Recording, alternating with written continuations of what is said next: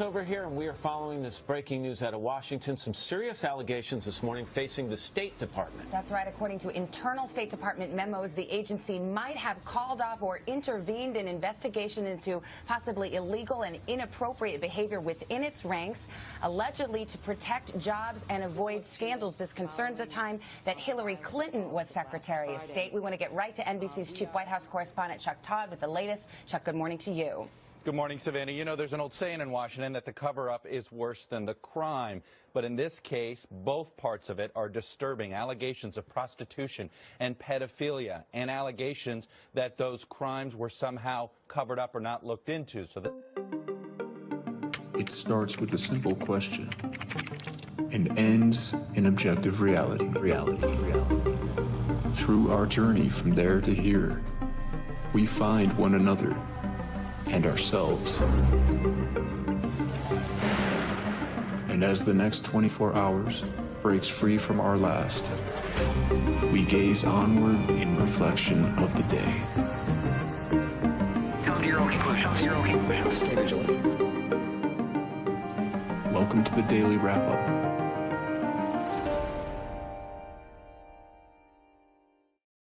Tuesday, February 3rd, 2026. Thank you for joining me today. Largely one major topic we're discussing today, not just the Epstein files, that's the focal point, but the reality of the long-term conversation of this and whether what's happening and kind of has always been happening. And I imagine you all are right there with me on this question and the answer probably in your mind on whether or not this is pacification or accountability. And I think it behooves all of us to not, I would argue it seems very clear that this is about trying to, that's what I said the other day in regard to even Trump doing this. As much as the administration deserves some level of credit for releasing this more than others have, but while being threatened to make it, if we're going to really understand the way this has gone, lie after lie after lie. But it behooves us to not see what we think is there and really take a step back and try to look at it, because it's what I've been trying to do today, or really just of the last so many days of all this happening, is it's easy to see what you want to see. I always try to think about that when something's going on, something I've researched in the past, and ask myself, is it possible that this is what some of the supporters might want this to be? Is it possible that this is Trump doing everything that they've asked for, and this is the way that he got it done? Or and obviously the more this goes forward, the more that will become true or not. But I think it's worth asking that. I mean, my opinion right at the gate is I think it's pretty clear that this is a reactionary release that is meant to pacify people from wanting some kind of accountability, as much as that may seem counterintuitive. But I think it's important that we ask these questions and try to see different arguments from it. But I think that both the partisan sides, as usual, are missing some part or another that helps them see it the way that they want to. And I'm also still of the mind that the majority of people out there are now existing in some kind of limbo state between all of it, varying degrees. But I want to talk about this today in regard to the information that has been coming out and whether this will continue in any meaningful way, and what might happen to, we've talked about foreign policy. Clearly, there's building discussions and whether that will be used to drive away from this conversation. But simply that point today, and a lot of different angles to get into, some follow-ups on the other parts of the conversations we've discussed. I'm going to start with a point from the Palantir Connective point. I'm not going to go deep on that today, but just kind of follow up some points that add to the last show we did, and then largely get into, for the most part, the conversation around what was the main part here? I mean, the Israel connection, I think, does stand out quite a lot, and I wanted to make sure we didn't miss that. But again, it kind of really all connects back to the larger conversation of left, right, just your government managing whatever this has been. And from that point, as we keep trying to highlight, not just the Epstein manipulation, blackmail, for, I guess, his own personal interest, but the obvious connection to what that is. One part of a much larger apparatus that goes well beyond one country. And if we know that, which I think is very easy to demonstrate, then it can't just be about Donald Trump and Biden or left and right or whatever else. It's about the larger agenda. It is about the globalist change. It is about the transition of society. It is about the eugenics mindset from a long time ago and now into the technocratic time frame. These things are very much a part of this. But so let's get into it today to start with a clip from an interview that a joint interview that I did with Vanessa Beeley and Bet Beat Media. I wanted to start with this for a reason, because you've heard me talk a lot about this discussion, and I want to make sure we set those parts for set the table in that regard for the conversation today, but also the bigger points and ways this connects, like with Gaza, but really the idea of this model and how that part, I think about how an Epstein and Mossad CIA apparatus fits into this.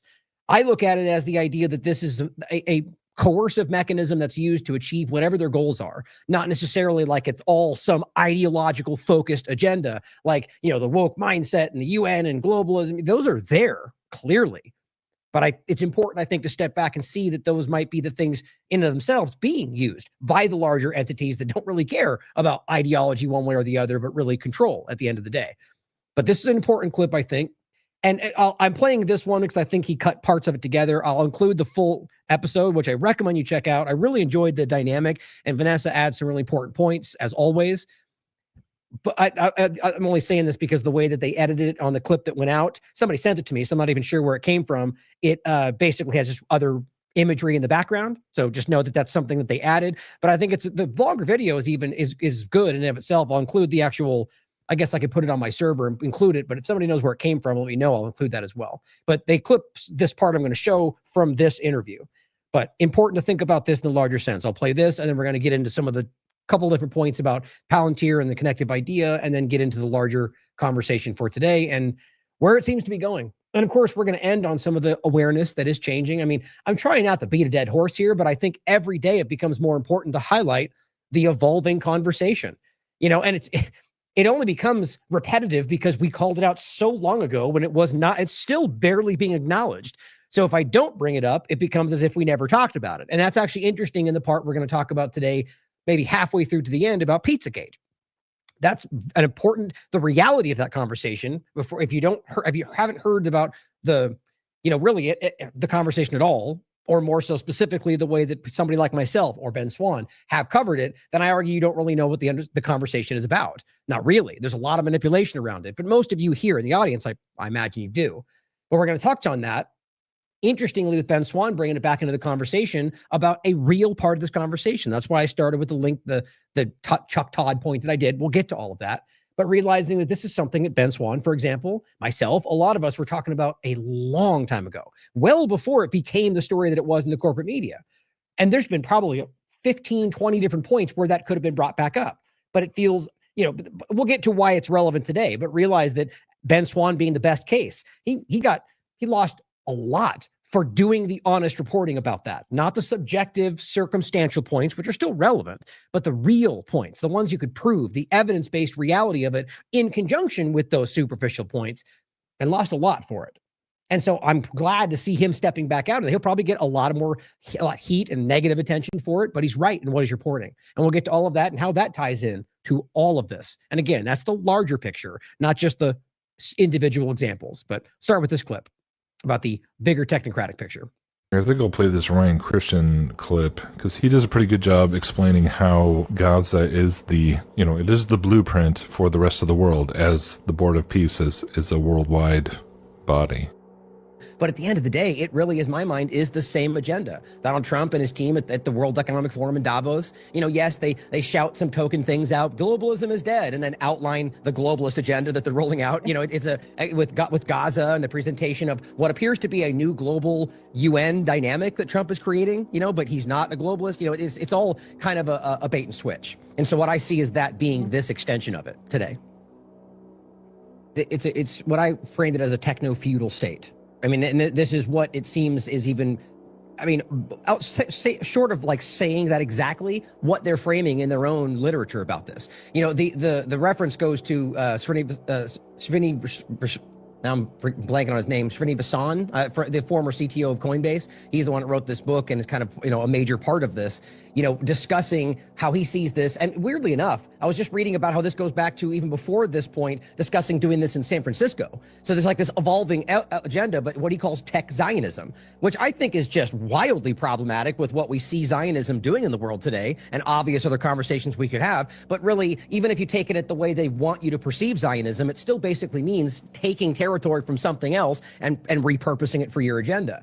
But you know what? When you to go to the larger view about what this transition is, right? Like I said before, it's my opinion that this is a reaction to the elitists. I don't think they're elite. I think they're elitist, but at the same point, of these people in these inner circles recognizing diminishing influence in the average conversation. You could even go back further in history and argue that this transition away from the feudal state mindset was basically a way to convince us that we were in control when we still weren't. You know, I think that's kind of what this is now, is to transition to the new system to make us think we picked this when it's even less influence. But at the end of the day, it comes down to this network state agenda, right? And this overlaps with, this is what I really want people to see early on in Trump's administration, that the Freedom City agenda is the same conversation. Seasteading, Freedom Cities, Praxeas, Greenland, Prospera, it's all the same thing. Almost every part of it tied back to Pronomos Capital, which is Mark Andreessen, Peter Thiel, all, kind of driven. And it all comes back to this kind of, philosophical driving mindset from the Curtis Yarvin kind of, many books they've written. There's so much we can get into that's just what they say is terrifying to me. But then the point is that this is about transitioning into, like Vanessa was discussing, kind of away from the current reality of the way our government structure works. And the main point is everything I'm seeing today is just because I think most people are unhappy with that. Most Americans, most people in the world are tired of the way that governments have been abusing everybody. And so they find a way to convince us this is the solution to that. Sort of like saying we're going to end the Fed, but here's a CBDC. It's like this, everything like that is happening right now. And so they're driving us into this position where they're creating, a CEO run, tech run, Freedom City, whatever. And this is what Trump was discussing. That's also promoted. And if it was to happen, the funding was coming from the same people involved with Prospera. Freedom Cities, Inc., or whatever the company was called, that is backed by the same people that's driving Prospera. That's Peter Thiel. That's Mark Andreessen. That's the same conversation. So what I see is these people either with Trump's administration or all of the U.S. government's involvement, or just of their own volition through lobbying, which kind of ends up being the same point. They're trying to reimagine the way our society operates. Mark Andreessen and Joe Rogan discussed literally this mindset, like trying to convince us that no, the old ideas of democracy have never worked. And I'm of the mind, by the way, that democracy's mob rule, constitutional republic is what should be discussing, or just no government really. But the point is that they're saying that your system doesn't work. What you need is the good oligarchs. That's what he actually discussed. Come to save you from the bad oligarchs. So it's like they're really showing you this transition of power, and it very well could be an illusion of the same people, or you could argue this is a different group of elitists trying to take power from another group of elitists, but none of them in my mind have the interest of the people at heart. And if you really dive in, last point on this, of the network state mindset of what they write, even like aside from the kind of token libertarian mindset things they throw over the top, in material, like in practice, what they're doing is the opposite. And you can see this, and I think it goes to a point of the Great Reset mindset of you'll own nothing and be happy, despite the way they frame it. When it comes to the digital mindset, you own the keys to all of your assets, but who controls those keys? This is the way they're framing this. It's like having something in Coinbase where they can go, yeah, you can access it, but we can decide to cut you off the moment we don't like what you're saying out loud, which is happening. So it's a transition. It's an illusion of control. Now, for most of you who watch this show, you've heard almost all those points, or, mostly, probably all of them. But the reason I wanted to play that, and I'm sorry if it was redundant for people who've heard me make those points before, it's just, I think it's just a well, and the person who made the clip actually put together like 3 different points I made at different parts of the conversation. But it really does do a good job, I think, in a not, fact-based, it's, or other than the things I'm saying are based in fact, but it's not like I'm dropping source material, right? It's just the idea. But I think if people take a second to think about that, these are what I keep saying about that is it's right in front of you. These aren't debatable points. It's about whether they connect. That's discussion we can have. But the reality is that it's happening. And this is why I think what's happening with the Epstein files and the way it all interconnects, and that you can find connective points to almost every part of this today through those files right now. That are and not all of it are bombshell provable things, but just connective tissue that show you that there's something in between them. There's something that's changing. Why is Jeffrey Epstein speaking about Bitcoin or these things with people like the inner circle of Trump's cabinet right now? Why was that happening? Well, it could be benign, right? It could be completely something different that maybe he thought it was a good investment. That's all it was. Could be, and we should be objective and acknowledge that. But if you stand back and look at how it all went together and knowing what they're involved in, knowing the intelligence connections, and then what those intelligence apparatuses or apparati are driving, we really need to start asking whether these were, and I think it's the case, that these were building blocks to where we are now, including the Bitcoin point we're going to go over. So that all being stated, let's move to a couple of other opening points that I wanted you guys to see. Oh, and this is the show we just recently did to set the table for that larger idea of the network point. Now, like I said, these are some 3 or 4 points that I wanted to include that will really just, if I saw them, they would have been included on this show. And this was the last one, Epstein files exposed cover-up, which, as far as I can tell, that seems to be almost what everybody thinks, excuse me, other than those out there who are, choosing to play a side, right? Like I'm going to fight this because they're the bad guy or my team's the good guy. Left and right, it seems everybody's pretty clearly calling this a cover-up of one degree or another. And that the Epstein files reveal Palantir network state connection, not bombshell necessarily, could be. I think they're important with what we know, but just really that there's a Palantir, which was already there, more so Peter Thiel, but specifically Palantir, which I'll show you more today, where you have Ryan Grimm shared an important clip where Jeffrey Epstein was telling Ehud Barak about, hey, invest in Palantir. That's where it's going to, it's strange. And so even there, whether it's all completely benign, other than that, you go, well, okay, did this company become what it is because of people like this? Doesn't that matter? These are questions we should be asking. But it's also the network state connection, which is involved with all of these overlapping points. Now, to get to this, first, actually, this is what I was referencing, the clip that I'll play from Ryan Grimm. I also just want to include in this overlap with Elon Musk and the rest, the connection, so I'm saying that too many times. Elon Musk merged SpaceX with xAI just recently, which New York Times says creates the world's largest most valuable private company with what, $2.2 trillion, something insane like that our minds can't even grapple with. The number is meaningless at some point. I've talked about this a lot. It's a psychological thing. Like after so many million, your mind just it's just a large number. You can't even contextualize what it means anymore. And if you actually map it out visually, I can play that clip. It only goes up to like 100 million. It blows your mind. How it's like acres and acres of just stacks high of $100 bills, and you can't even imagine. My point is that it's an amount of money that almost becomes meaningless. And why I think that's relevant in this context is these people don't even think about money anymore. It's irrelevant to them. Like I used to make this point about Bill Gates a long time ago, and it applies to any of these trillionaire, billionaire types. They could literally stand in front of a fireplace, and assuming that they have, really, I would argue just having any investments that aren't ridiculous, that are giving some return with how much money they have, I read this it was a magazine that made this point, but he could be shoveling him money with a huge snow shovel, $100 bills into the fire, and couldn't shovel them fast enough to run out of money, that he's making so much money behind it that he's actually gaining while he's doing that. And it's think about the mindset that creates of not, it's all just things I felt like including. It wasn't necessarily for this point, but interestingly that the lack of concern about money changes the kind of person you're talking about. But the real point here was not just the money, but this is a very clear transitional thing. SpaceX is a government contractor, of course, also for the deep state pedophile that they say Biden was. That's not weird at all, seeing as how that's the creep they're fighting. But I'm kind of joking. The point being, Biden and Trump are all war criminals in my mind. But if he's what they say he is, then why was Elon working with him? You guys have heard me say this before, but I just think these points should open the door to logical thinking. They're all the same. But SpaceX is a major military contractor. xAI is now also a military contractor since he recently merged xAI with Twitter. And then xAI became a Department of War contractor, which in my mind, these are all just moving narratives. This was always what it was, in my opinion, whether on paper or not. Now he's merged xAI, or rather SpaceX with xAI. So I just said that backward. So first it was xAI with Twitter. Before that, it was him taking over Twitter, DARPA allowing him to take over xAI, which is what that was. That's what this discussion is, the quiet transition from DARPA's xAI to Elon's xAI, and now merging SpaceX with xAI. So now your social media platform is literally SpaceX. It is a military contractor, which is my point. I feel like that's always what this has been. But I think this represents this ongoing transition, this consolidation, whatever it looks like. These are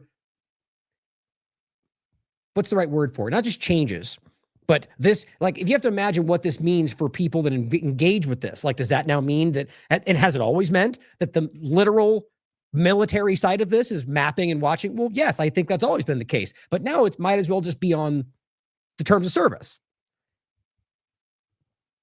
I'll include this for you. It's an important show to watch to understand how this is continuing. Now, here is an interesting overlap. I want these to be quick points. I'm not going to take too much time on it, but this is about a clip Dropsite News put out, an audio clip of Epstein speaking with the former Prime Minister of Israel. And I think this is relevant just because of what we know what's going on today. He thought there was two cyber companies. Look out, and even though I know Peter, I've never met Peter Thiel. And everybody says he sort of jumps around and acts sort of strange, like he's on drugs. Smoking, yeah. He looks under drugs. Both of them said that, by the way. Barack and Epstein said he looked like he's on drugs, because he is, by the way. I'm not saying that as a negative. I'm just saying him and Elon have admitted one way or another that they do drugs all the time in public places. But the point is the conversation about the cyber companies. So you could make it about any company that they choose to tap in with, or just recognize their mindset with the agenda. Just relevant points. However, he has a company called Palantir.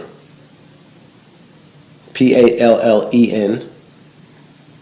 Tier. Palantir is Peter Thiel's company. And look out. Palantir, Palantir? Yes. Well, think about all the different connections, right? Between all of the... How you write Thiel? Thielly? Thiel. Oh, I hit the wrong button. Think about all the different connections between Israel, Palantir, the larger global agenda. Like, this could very well be a moment where this ultimately got... it's just worth thinking about the deeper connections between all of this. And even to this point, like, think about Alex Jones and plenty of others arguing that Palantir, like months ago, or rather 6 months ago, is just some small thing the Democrats are focused on. You think so?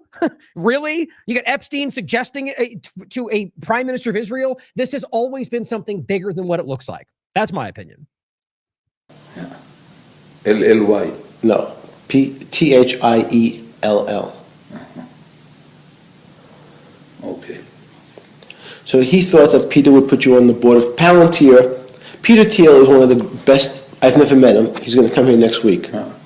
I wonder if that's true, by the way, because it's been proven that they've connected and met. But who's to say whether that, the point would be it could have happened after this. But what we're now finding out too is that it's pretty clear.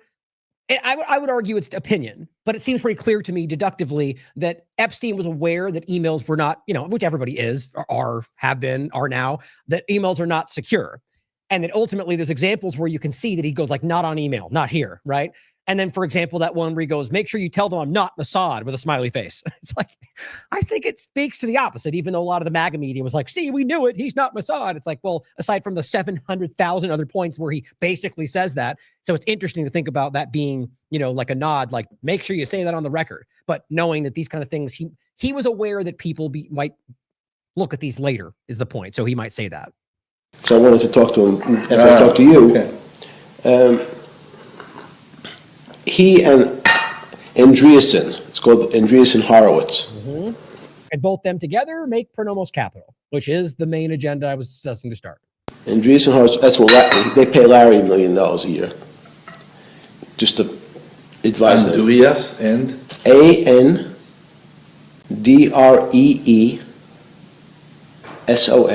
Andreessen, and Horowitz. And Howard? Horo. Horowitz. Ah, Horowitz. Yes. What they are? It's a lobbyist. What they are doing? They are the biggest venture capital people in Silicon Valley. What, bigger than Sequoia or Kleiner Perkins?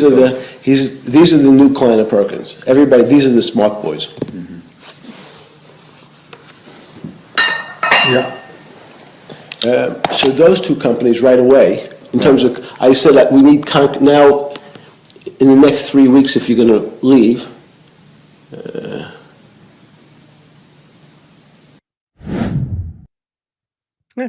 Like I said, these are connective points. I personally find that very relevant, and clearly Ryan does as well. That's why he shared it. It's not the bombshell, but it is important with what we know, and very well may end up being something that's much more relevant than we realize now. But I just think it's so hard to, if you're being honest with yourself, it's pretty clear that we're seeing behind the scenes a little bit right now of the actual ruling structure of the world. That's, I think, it's just very interesting, and it's uncomfortable for especially those people, but even, it seems like just as much for people who just don't want to acknowledge it. It's like stomping their feet, head in the sand. I don't want to know this because it makes my life more complicated. I get it, but that's not the way to live your life, in my opinion. But yeah, I find this to be important. And he adds at the bottom, appears to be from the dinner with Barack and Larry Summers. And he includes one of these links. So there's so much of this coming out. And I do want to reiterate that a lot of the stuff coming from the Epstein files are things that are subjective, that you shouldn't be taken at face. Rather, somebody put this forward. Doesn't mean that it actually is what happened. They could be lying. They could be incorrect. And you could argue on top of that. I'm not trying to give anybody a pass because we should be questioning this, not assuming it. But that clearly, in some of these cases, that could be why the FBI didn't feel it was necessary to follow up or to investigate, because we did, that this was, or they did and found out there was nothing there. I'm not going to assume any of that. We need to prove every one of those points, but we can consider that could be the possibility. It's rarely all or nothing. Even though I know better than most that these people are corrupt from every side, I'm still willing to be objective because that's in my interest. That's in our interest. Don't be like them. Don't fall to their level. That's always important. Next point on this is just to think about the Palantir overlap. So he's referencing Palantir. I'll include this episode so you can check out the bigger, or the article. Here's another example of the larger kind of direction of all of this. Let's not forget Epstein, his weird eugenics scientific direction. And that's there's a lot you can get into on that. Whitney and I've talked about it in the past. Whitney's done entire work on that on her own. There's important stuff around that. But I found this interesting. Here's an email that is to Bill Gates, CC Larry Cohen. Doesn't say necessarily. Now up here, you get the main one that says to Jeffrey Epstein and then says mail to both. But behind it, what they're mailing to both, whoever that would be, is one to Bill Gates. And what it goes on to is something that says to Bill. Now, this is being framed out there as somehow like this. You have to understand, this is something written to Bill. As much as my opinion about who Bill is and what he's involved with, since we really spearheaded the Expose Bill Gates Day, it's simply acknowledging that it very well could just be written at him and be all lies. I don't think that, to be clear, but that's being objective, and it could be. This is how we have to frame this. What's important, though, to me, is that this is coming from Jeffrey Epstein, right? Or rather, this is to him, and then he's involved with the bottom conversation. This is the one saying mailed to both to him from whoever sent it to him. Of course, we don't know who, because the White House decided we shouldn't know that. Go figure. But I found this interesting. So it's to Bill Gates. It says, Larry and I have been working on deliverables for my time and the Bill Gates, Bill and the Gates Foundation, I believe, BG3C3. Since you and I spoke, at Larry's request, I have spoken with Roger, Mark, Chris, Trevor, Jeff, and next week, Bose, Jonah. Everyone has offered guidance, advice, thoughts, and ideas. So deliverables case just means basically what we are expecting for our investment. For example, when are they supposed to deliver a certain product by a certain time? And so what's interesting is they go into it and talk about some of the things they're expecting. Now realize, I think it's relevant that they're deliverables, not just let's discuss this abstract idea, right? Two areas where I'm interested in terms of scope: domestic health and neurotech, brain science. Now, this is my whole point about this. We talk about neuroscience today like it's some fantastic, ridiculous idea in most people's minds. Neuroweapons and neuroscience has been I referenced James Giordano and the U.S. government. We've talked about this with Catherine Austin Fitts. We're talking the kind of stuff, optogenetics, for example. Now, let's not forget about I'll grab that too. There we go. Good. I want to get the show that popped up. The Degenerative Optogenetics Program, which is new. The optogenetics have been going on a long time. That overlaps with the weird COVID-19 technology stuff from Charles Lieber, Bob Langer, who was the co-founder of the Moderna, scientific co-founder of the Moderna shot.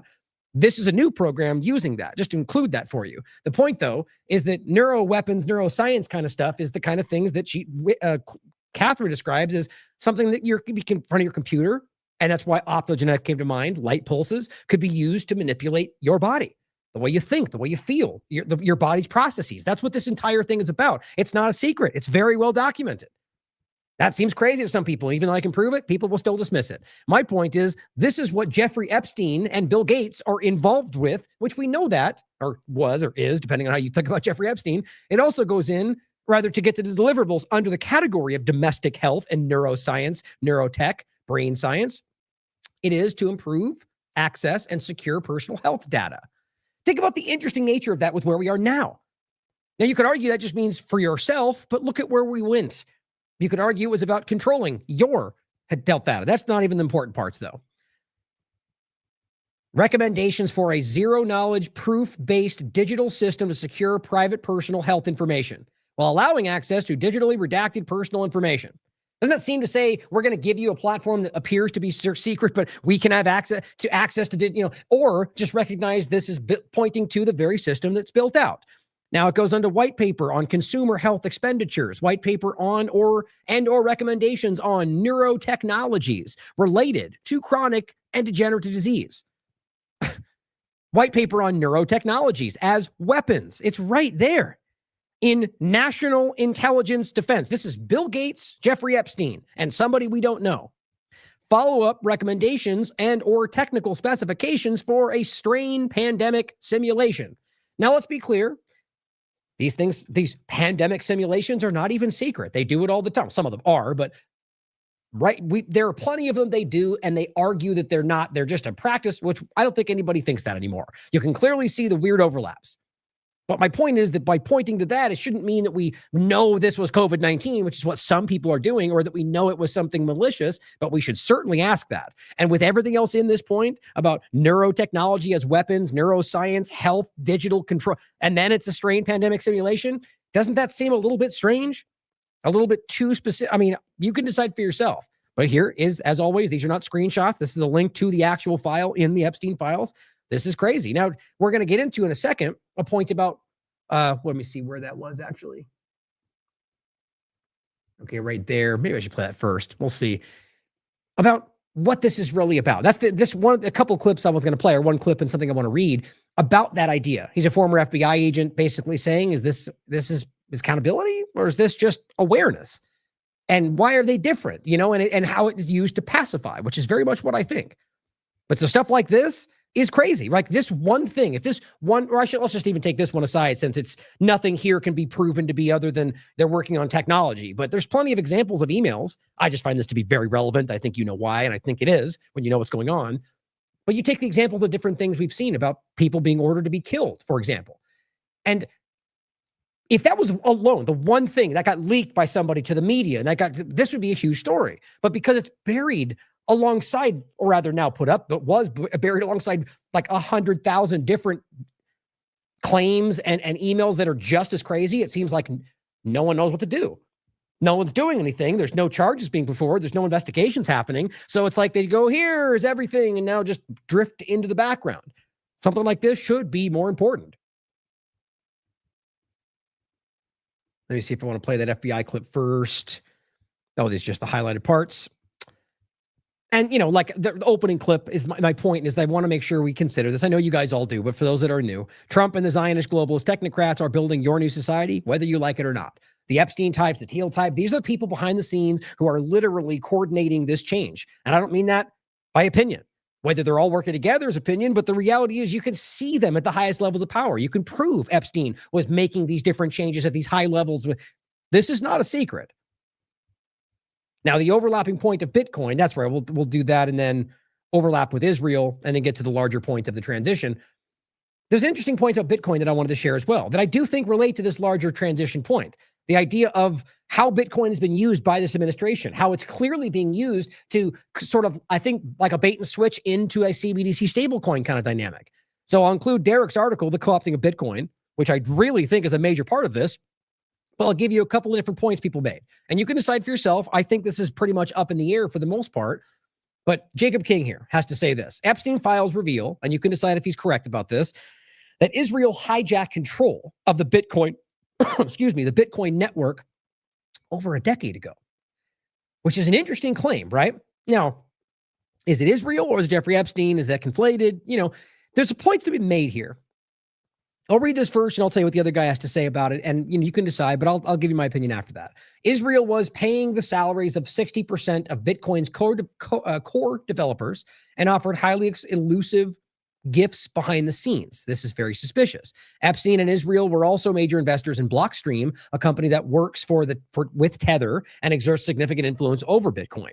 They can manipulate the price by issuing unbacked Tether, control the network code because they hired most of the developers and own a majority of the nodes. Now that I find interesting. Specifically, the nodes, or rather the CPU power on top of that, And we've talked about this, about the idea of a what was it called again? Now I'm blanking on the term, but just if you're able to control the majority of the CPU power, that arguably, based on what even Satoshi had said in the beginning in the white paper, that this could end up creating, at the very least, double spending, manipulation of this. Now that goes back to the white paper.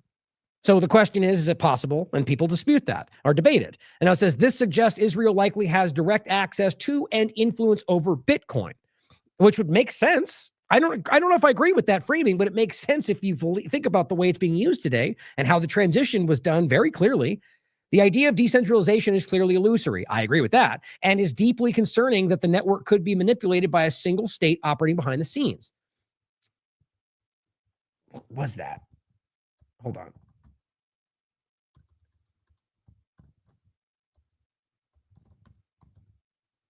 Damn it. I'm trying to think of the term. I brought it up so many times. It's a something percent attack, or it's in the Bitcoin white paper. Let me just do this.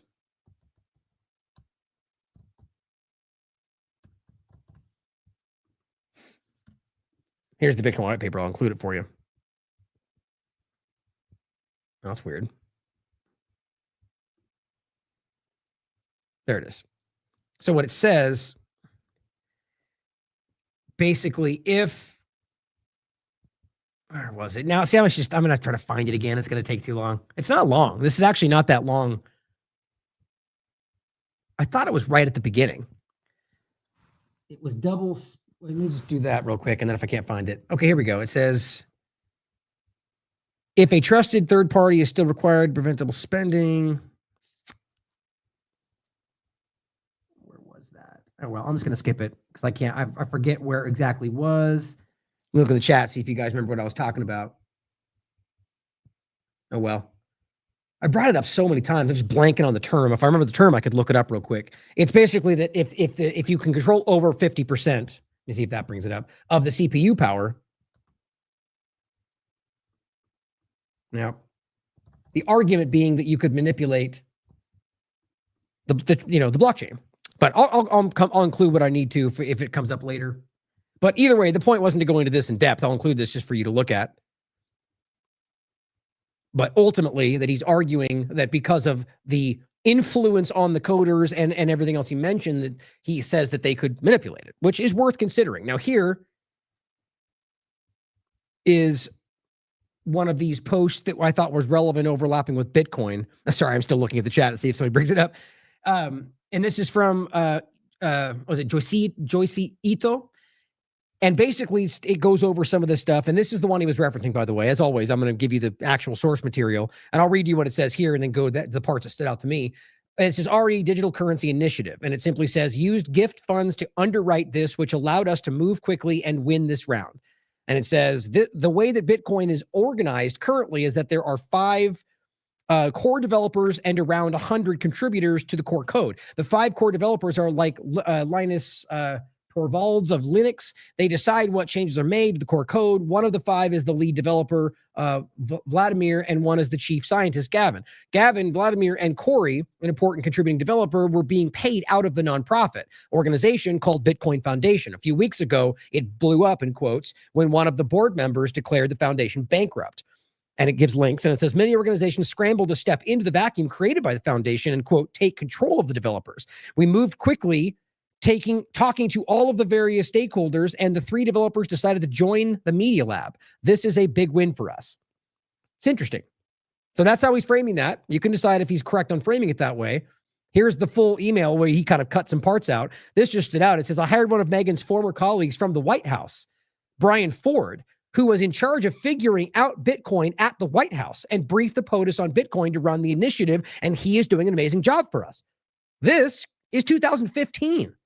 I found that interesting. You're talking about Obama at this point, right? So you're talking the point being that this is not a left-right situation. You have the administration before Trump's, who at that time it was being discussed, but it wasn't like the way we've seen Trump going forward, even more so specifically this administration. But you have somebody tapped to the Democrat administration who was already working on how to, as it says, he worked for the White House and was in charge of figuring out Bitcoin at the White House. and is doing an amazing job for them. And it says to brief him on Bitcoin to run the initiative.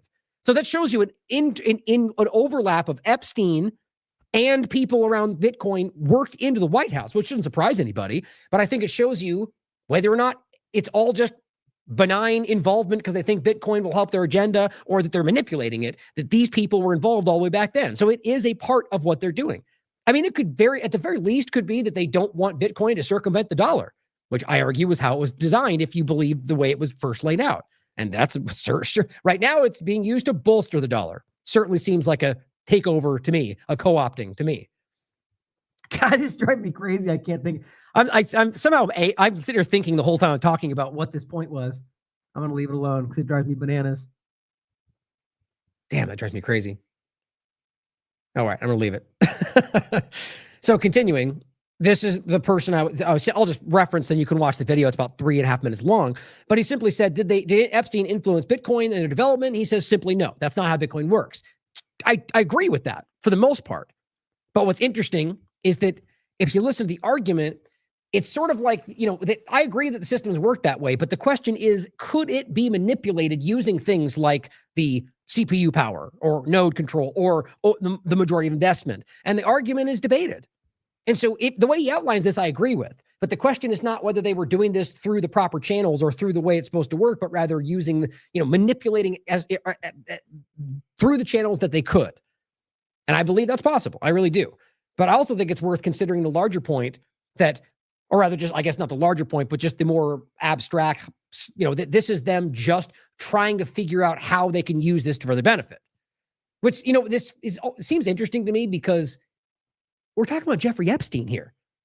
So the fact that he's doing it makes it a bad thing. Like when you understand what he's doing, not the Bitcoin side of it or whatever they're dealing with, but the fact that he clearly, I guess you could argue that even though he's was a horrible monster of a sexual predator and everything else, that is he bad in every single part of his life? Is he kind to people down the street? It's like, it's hard to think of it like that. He's a terrible, disgusting person no matter what. But my point in saying all that is that maybe he's doing this to benefit that, but I see it in a bigger picture. I think this is about building these blocks for where this goes when you understand how everything fits together. I'll include 2 interviews I did about this, as I reference usually, Mark Good and Mitch Burkham, both of which are discussing, this is entitled How the Government Commandeered Bitcoin and Its Decentralized Future. And we discussed this, was it a government operation and can it still be used to fight back? I think it's worth your time to understand this and realize that I think the Bitcoin part of it is a very large part of this conversation. And then realize how the people that are involved in it more than anybody right now. But as Ryan Grimm posts about Palantir and Peter Thiel and Jeffrey Epstein, Hamid simply points out the conversation you heard happened in 2013. Palantir signed its first contracts with the Israeli government in 2014 and opened an office in Tel Aviv in 2015. So you could make the very real argument that because Jeffrey Epstein suggested it to the Prime Minister of Israel, that's why Palantir became a central part of the Israel agenda. Worth thinking about that.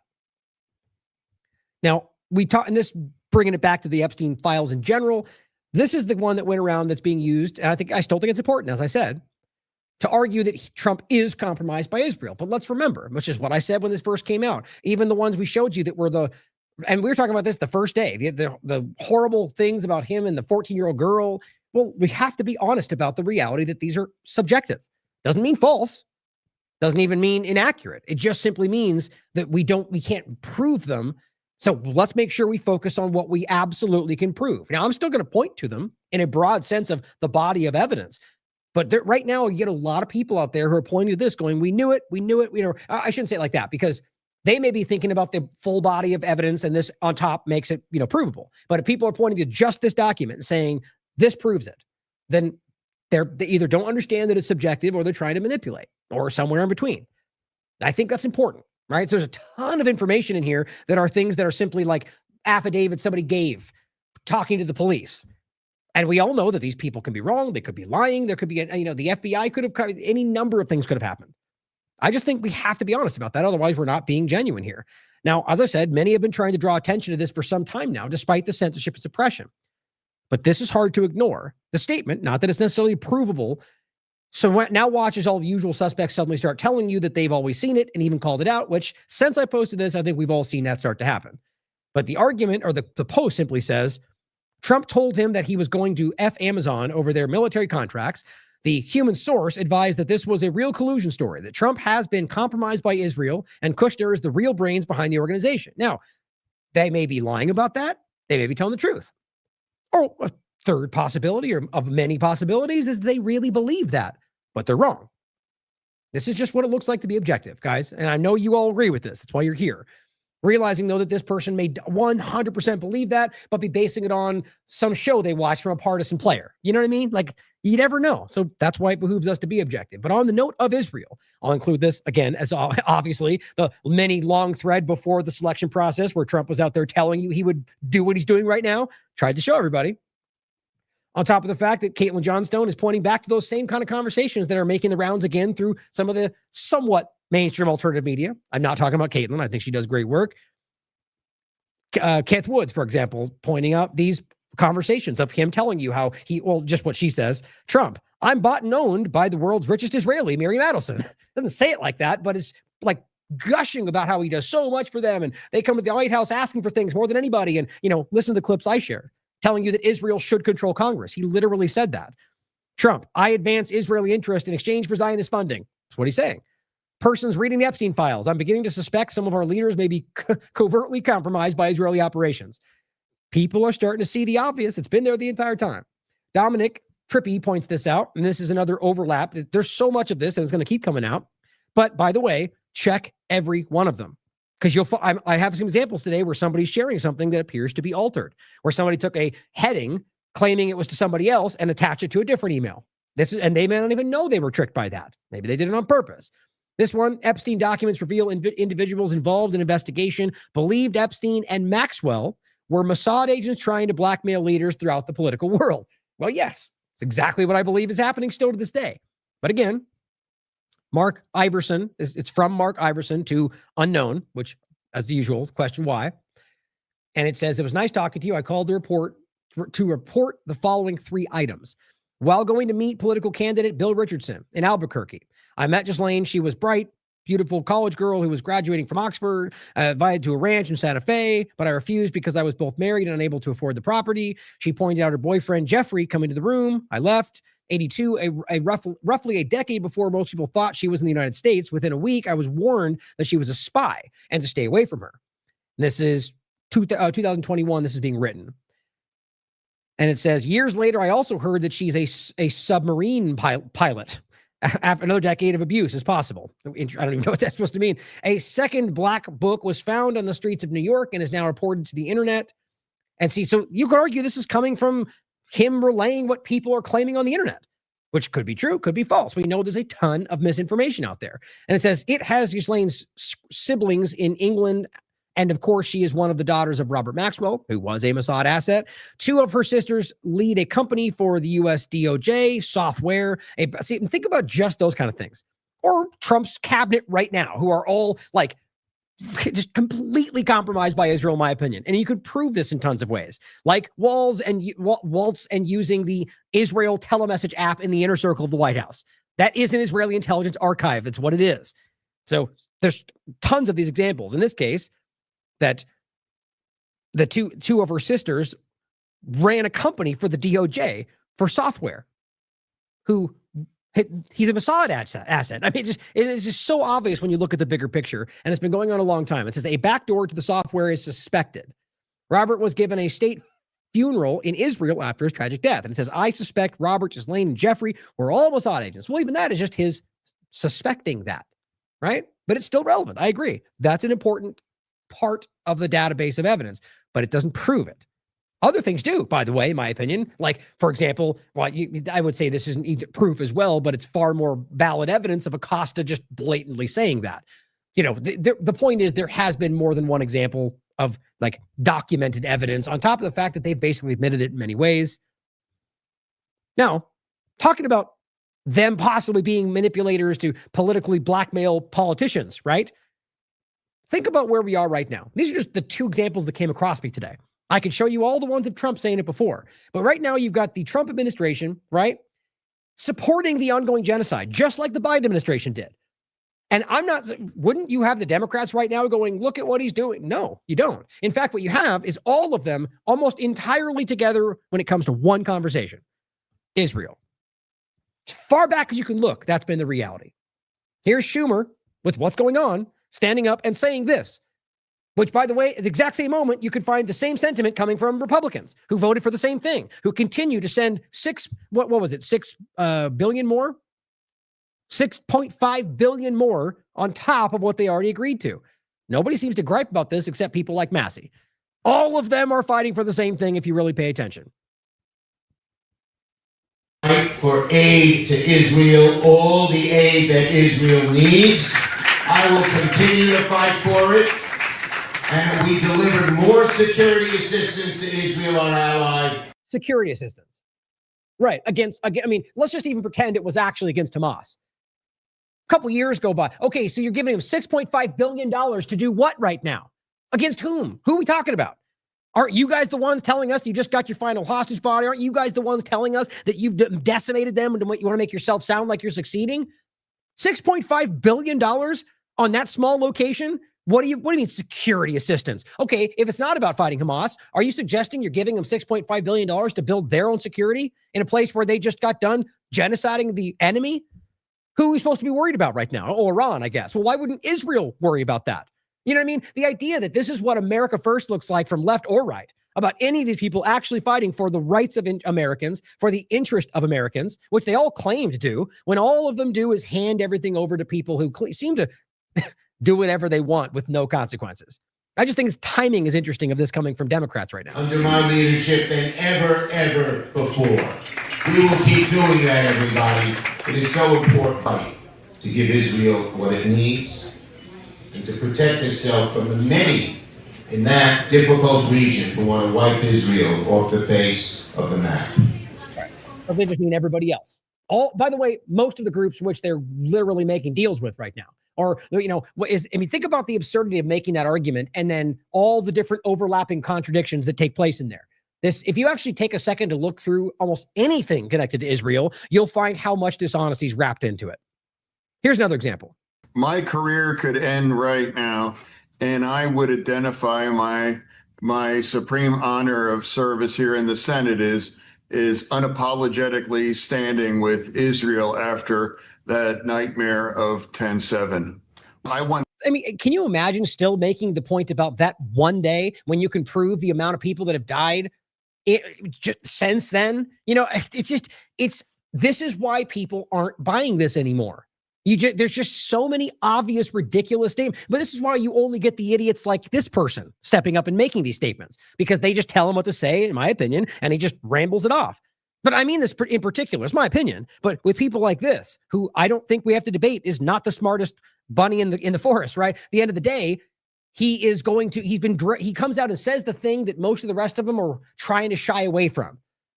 I think it speaks for itself, but plenty of them are out there saying okay, is this for his constituents? What's the interest of what he's doing? What has he done that helps people in his own, all of them the same point? I want to thank and salute the IDF, what they've accomplished, how remarkable that is to break Hamas, Did they? Aren't they the ones telling you Hamas is not going away? Didn't they just make a deal with Hamas? But they sure broke them because what? They've killed children? Hezbollah, humiliated Iran, and now it's possible for a real path for peace in that region. I can't even listen to this clown anymore. Think about how embarrassing that is. Here's my point. Those aren't even functionally, that's not even on the, do they embarrass Iran? What are you talking about? This is just, Israel goes, this is what we need you to press into the minds of Americans. Sure, for you, that's what I genuinely think, whether he's aware of that or not. Completely my opinion.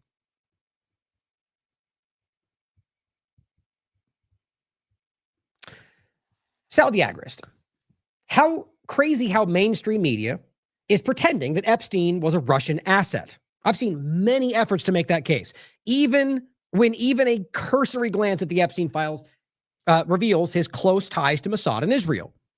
But you know what they say, if you repeat a lie often enough, it becomes the truth.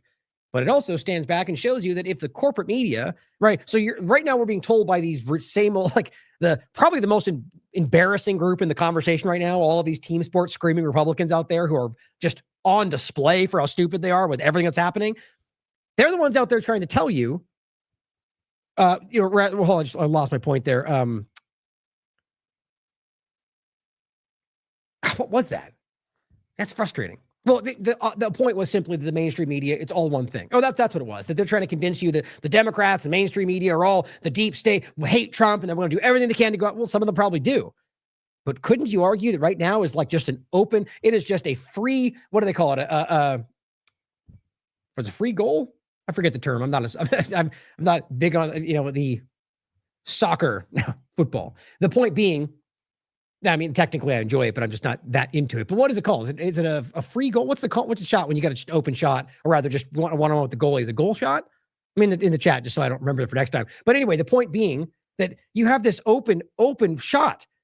Like, you could nail him to the wall right now with all of the things that show his compromising for Israel. Why don't they do that? Well, I argue because they're also compromised by Israel, because it's your government that's compromised by Israel. Is it a penalty shot? I thought it was something else. Anyway, so ultimately, it just has to reveal to you that these people are not actually trying to hold him accountable, at the very least when it comes to Israel, which I think shows you everything. But here they are. It's a Russia thing. Come on. I mean, that's just lazy. Like, at least go for a different one. You know what I mean? Like, we all clearly see the game of the Russia. It's sad where this goes. Now, like I said, on top of all of that, while this is happening, another $6.5 billion on top of the $8.6 billion for the new F-15s approved last month, which is itself an addition to the $3.8 billion that they were guaranteed every year. Not a joke, but America first. Hooray. So here's what I wanted to talk about earlier. It's an important clip to think about. Now, I'd like to believe that most of you are already here, because I think that we share a certain kind of skepticism, right? It's probably why you're at this show, engaging with TLAV. But it's worth hearing him lay this out. Of course, who knows what political side he's on. I think people are already in the comments calling him a Democrat because of the fact that he's saying this, which I know plenty of Republicans who feel exactly like this. But the idea is that this is, like I was saying, just about putting it in front of you so that we feel like something's happening, and maybe even with the distant kind of like ongoing investigation, right? But that it's really just about letting you feel like something shifted and the game continues. And I mean, I feel like it's obvious. Oh, it was open goal. Well, look at that. I got it right. I guess unless he's wrong. But, and I just think it's really important to think about how much that, like, with a desperate moment where right now, clearly this was a situation where they didn't have any options. I mean, they just got caught lying like 5 times in a row about no files. It's a hoax. And now there's more. Now it's, oh, wait, now we got extra, and you can't ignore that. Anybody that is not a dishonest person is going like, what the hell was that? Well, maybe there's some deeper meaning, and it was all, tomorrow it comes out with a provable affidavit or shows this is what we were doing and why we caught them in there. Okay, maybe. Highly unlikely. As it stands now, they lied to you, got caught. Lied to you, got caught. Lied to you, got caught. And then released this as if we just did what we told you we would do. And that's not even the case. There's still 50% of it left. I doubt that ever comes out. But I think it's designed to flood the conversation with, by the way, what seems to be a lot of subjective information, probably by design, and then move forward. And at the time, we already have documents being removed right now, which maybe it's because they made mistakes. Maybe, who knows? But we'll get to that in a second. Deleting information about Donald Trump, probably along with a lot of other stuff. So here's what he has to say. I want you to really think about this, because I genuinely think this is what's happening right now. Transparency. It's a cover-up, and here's how it works. They show you flight logs, emails, PG-rated photos, fragments of conversations that have been stripped of the meat. A few big names get thrown under the bus. It's just enough to feel disturbing, but never enough to prove anything about the real players. That's what you'll see in this massive document dump. What you won't see is context. You won't see corroboration, and you definitely won't see accountability, because that's not the point. This is a weaponized DOJ strategy of controlled confusion, and it's working perfectly. You see, they don't protect powerful people by erasing evidence. They protect them by releasing it slowly, by delaying key documents, by over-redacting names, and by letting the public fight over the scraps if we're not too distracted by the latest military invasion of a third world country or a major U.S. city. Chaos becomes their cover. The goal isn't to reveal the truth, it's to survive it. So read the files, but don't confuse access with justice. because sometimes the most effective cover-up is letting you see just enough. Right. But see, the also important point is engage with it, right? Don't take the all or nothing stance where it's all fake, ignore it because they're trying to trick you. Well, probably, but look at it, engage with it, be objective, question everything, consider all possibilities. It's always the answer. And I think it's important to see it like this because what he's saying is right. You know, that this is the effort to make you I would argue this only happens when there is no other choice. They're not buying it. We can't get past this. So the option becomes, well, maybe we just give them a lot. And some of it can be damaging, but we do it in a way that's hard to prove and we just dump it and we just try to, and we move forward. Maybe we bomb Iran next week and everyone forgets about it. You know, it's very, I think we've seen this happen more than once. By the way, a lot of people commenting about his head being small, or you think it's a fake thing. Like that, certainly everything we should talk about like that today. I don't think I'm gonna get to it today, but there's an example from the Minnesota conversation where there's this girl with the red hair who's like, Sharia law and people in burqas everywhere. What's going on? It's an AI video. It's literally an AI created content creator who's making things up. It's an entire AI video, everything you can see in it, but it's got like 10 million views. It's how this tends to work. But consider all of that with everything we're seeing. But what I wanted to point out is like, look at my camera view, right? Remember how this shifted? Perspective does so much. And it's a good point to make this in even like a philosophical or like perception-based, rather a view-based mindset, is that perception is not reality. Not always, right? I mean, it can be, but like when you first saw this clip or when I had to change the camera, which I still haven't found a way to correct, it was further back. And so my computer looked much smaller and I looked bigger. When I first switched it, somebody was like, did Ryan just shrink? Because the view was different. So consider that, right? Is that this may well be made up, or that it just the camera view makes his head look small, or maybe he's got a tiny head. Who knows? But it's worth noting that, perception, especially when it comes to cameras and view, can be so easily altered, even by random, flares or whatever else. But, question it. All right. That's the point. Question your perception. Question what you're looking at. So next one, Brad Miller has a comment that I might have already read, but I think there's another one. Either way, it's worth reading again. He is quoting something he said back in 2025, just showing you that his consistency, right, in his opinions and his stances. I respect Brad Miller more than most. He says the Epstein files aren't coming out despite the deep state's best efforts to keep them hidden, but rather because the deep state is intentionally releasing them. It's always been an op. The files aren't a threat to the power structure. Those at risk due to the files are puppets and assets that can be or need to be replaced. Now, you could just think about this. You could argue it's more broad than that. And, what about Trump, right? Well, I think his point would be that Trump is one of these puppets. A lot of us feel that way, whether he knows that or not, that the bigger game that I'm highlighting in the beginning, Trump is a player on this. He is a piece being moved around. Maybe not. Consider that. I think it's very important to see through that lens. Consider that because it makes things look quite different. So that's what he argues, right? These are people that are willing to be, or rather that they're willing to throw under the bus. To think the Epstein files represent a threat to the deep state, whatever that you think that is to misunderstand the status of the deep state and the deep global empire of which the U.S. deep state is merely a colony. I'm sure people disagree with that, but I think it's a good way to think about it. This doesn't mean the files aren't important, but things that appear on the surface to be victories against the deep state are often deliberate operational maneuvers by the deep state. Again, just think about that. At the very least, be like, okay, that's a valid point, right? That maybe we want the win so bad that we're going to take what they hand us, and it's really them playing us, whatever them is in your mind. Obviously a valid point to be made. And I think it happens all the time. So to the actual file discussion, let's get into the Todd Blanche point about what they're not releasing yet, as well as the fact that they didn't state absolute, but insinuated more than this is the second time now that there will be no more charges. Not Maxwell, not anybody, despite what we've seen, which that speaks for itself, but I'll come back to that. So here's Brian Allen sharing what Todd Blanche had to say about the death and physical abuse and all the things they claim they're not showing you, which I don't think any of us are going, we demand to see that, but recognize that this is important information about you're telling us death and abuse and injury and then no more charges. Okay, but wait a minute. Epstein's dead. You're telling us Maxwell's in jail. And Bondi and Kash Patel told you that there was no trafficking to any, so whose death, whose physical injury, whose physical abuse? What are we talking about here? Because you have to realize that many of these cases are things that are not connected directly to one of those people, but people in the larger network, which is the point of trafficking, meaning they did have clients. And that's the whole thing that they're keeping from you right now. Here's what he had to say. Any depiction of CSAM or child pornography was obviously excluded. Anything that would jeopardize an active federal investigation. And finally, anything that depicts or contain images of death, physical abuse, or injury, also not produced. Okay, well, even the first one, child pornography, that's illegal to even possess. And you're telling us that this is being exchanged between whom? Who are we talking about? I mean, there's no way. This is what anybody who, like, largely the Epstein investigating type people that, like, this is what they're focused on. That's right now, that's everywhere.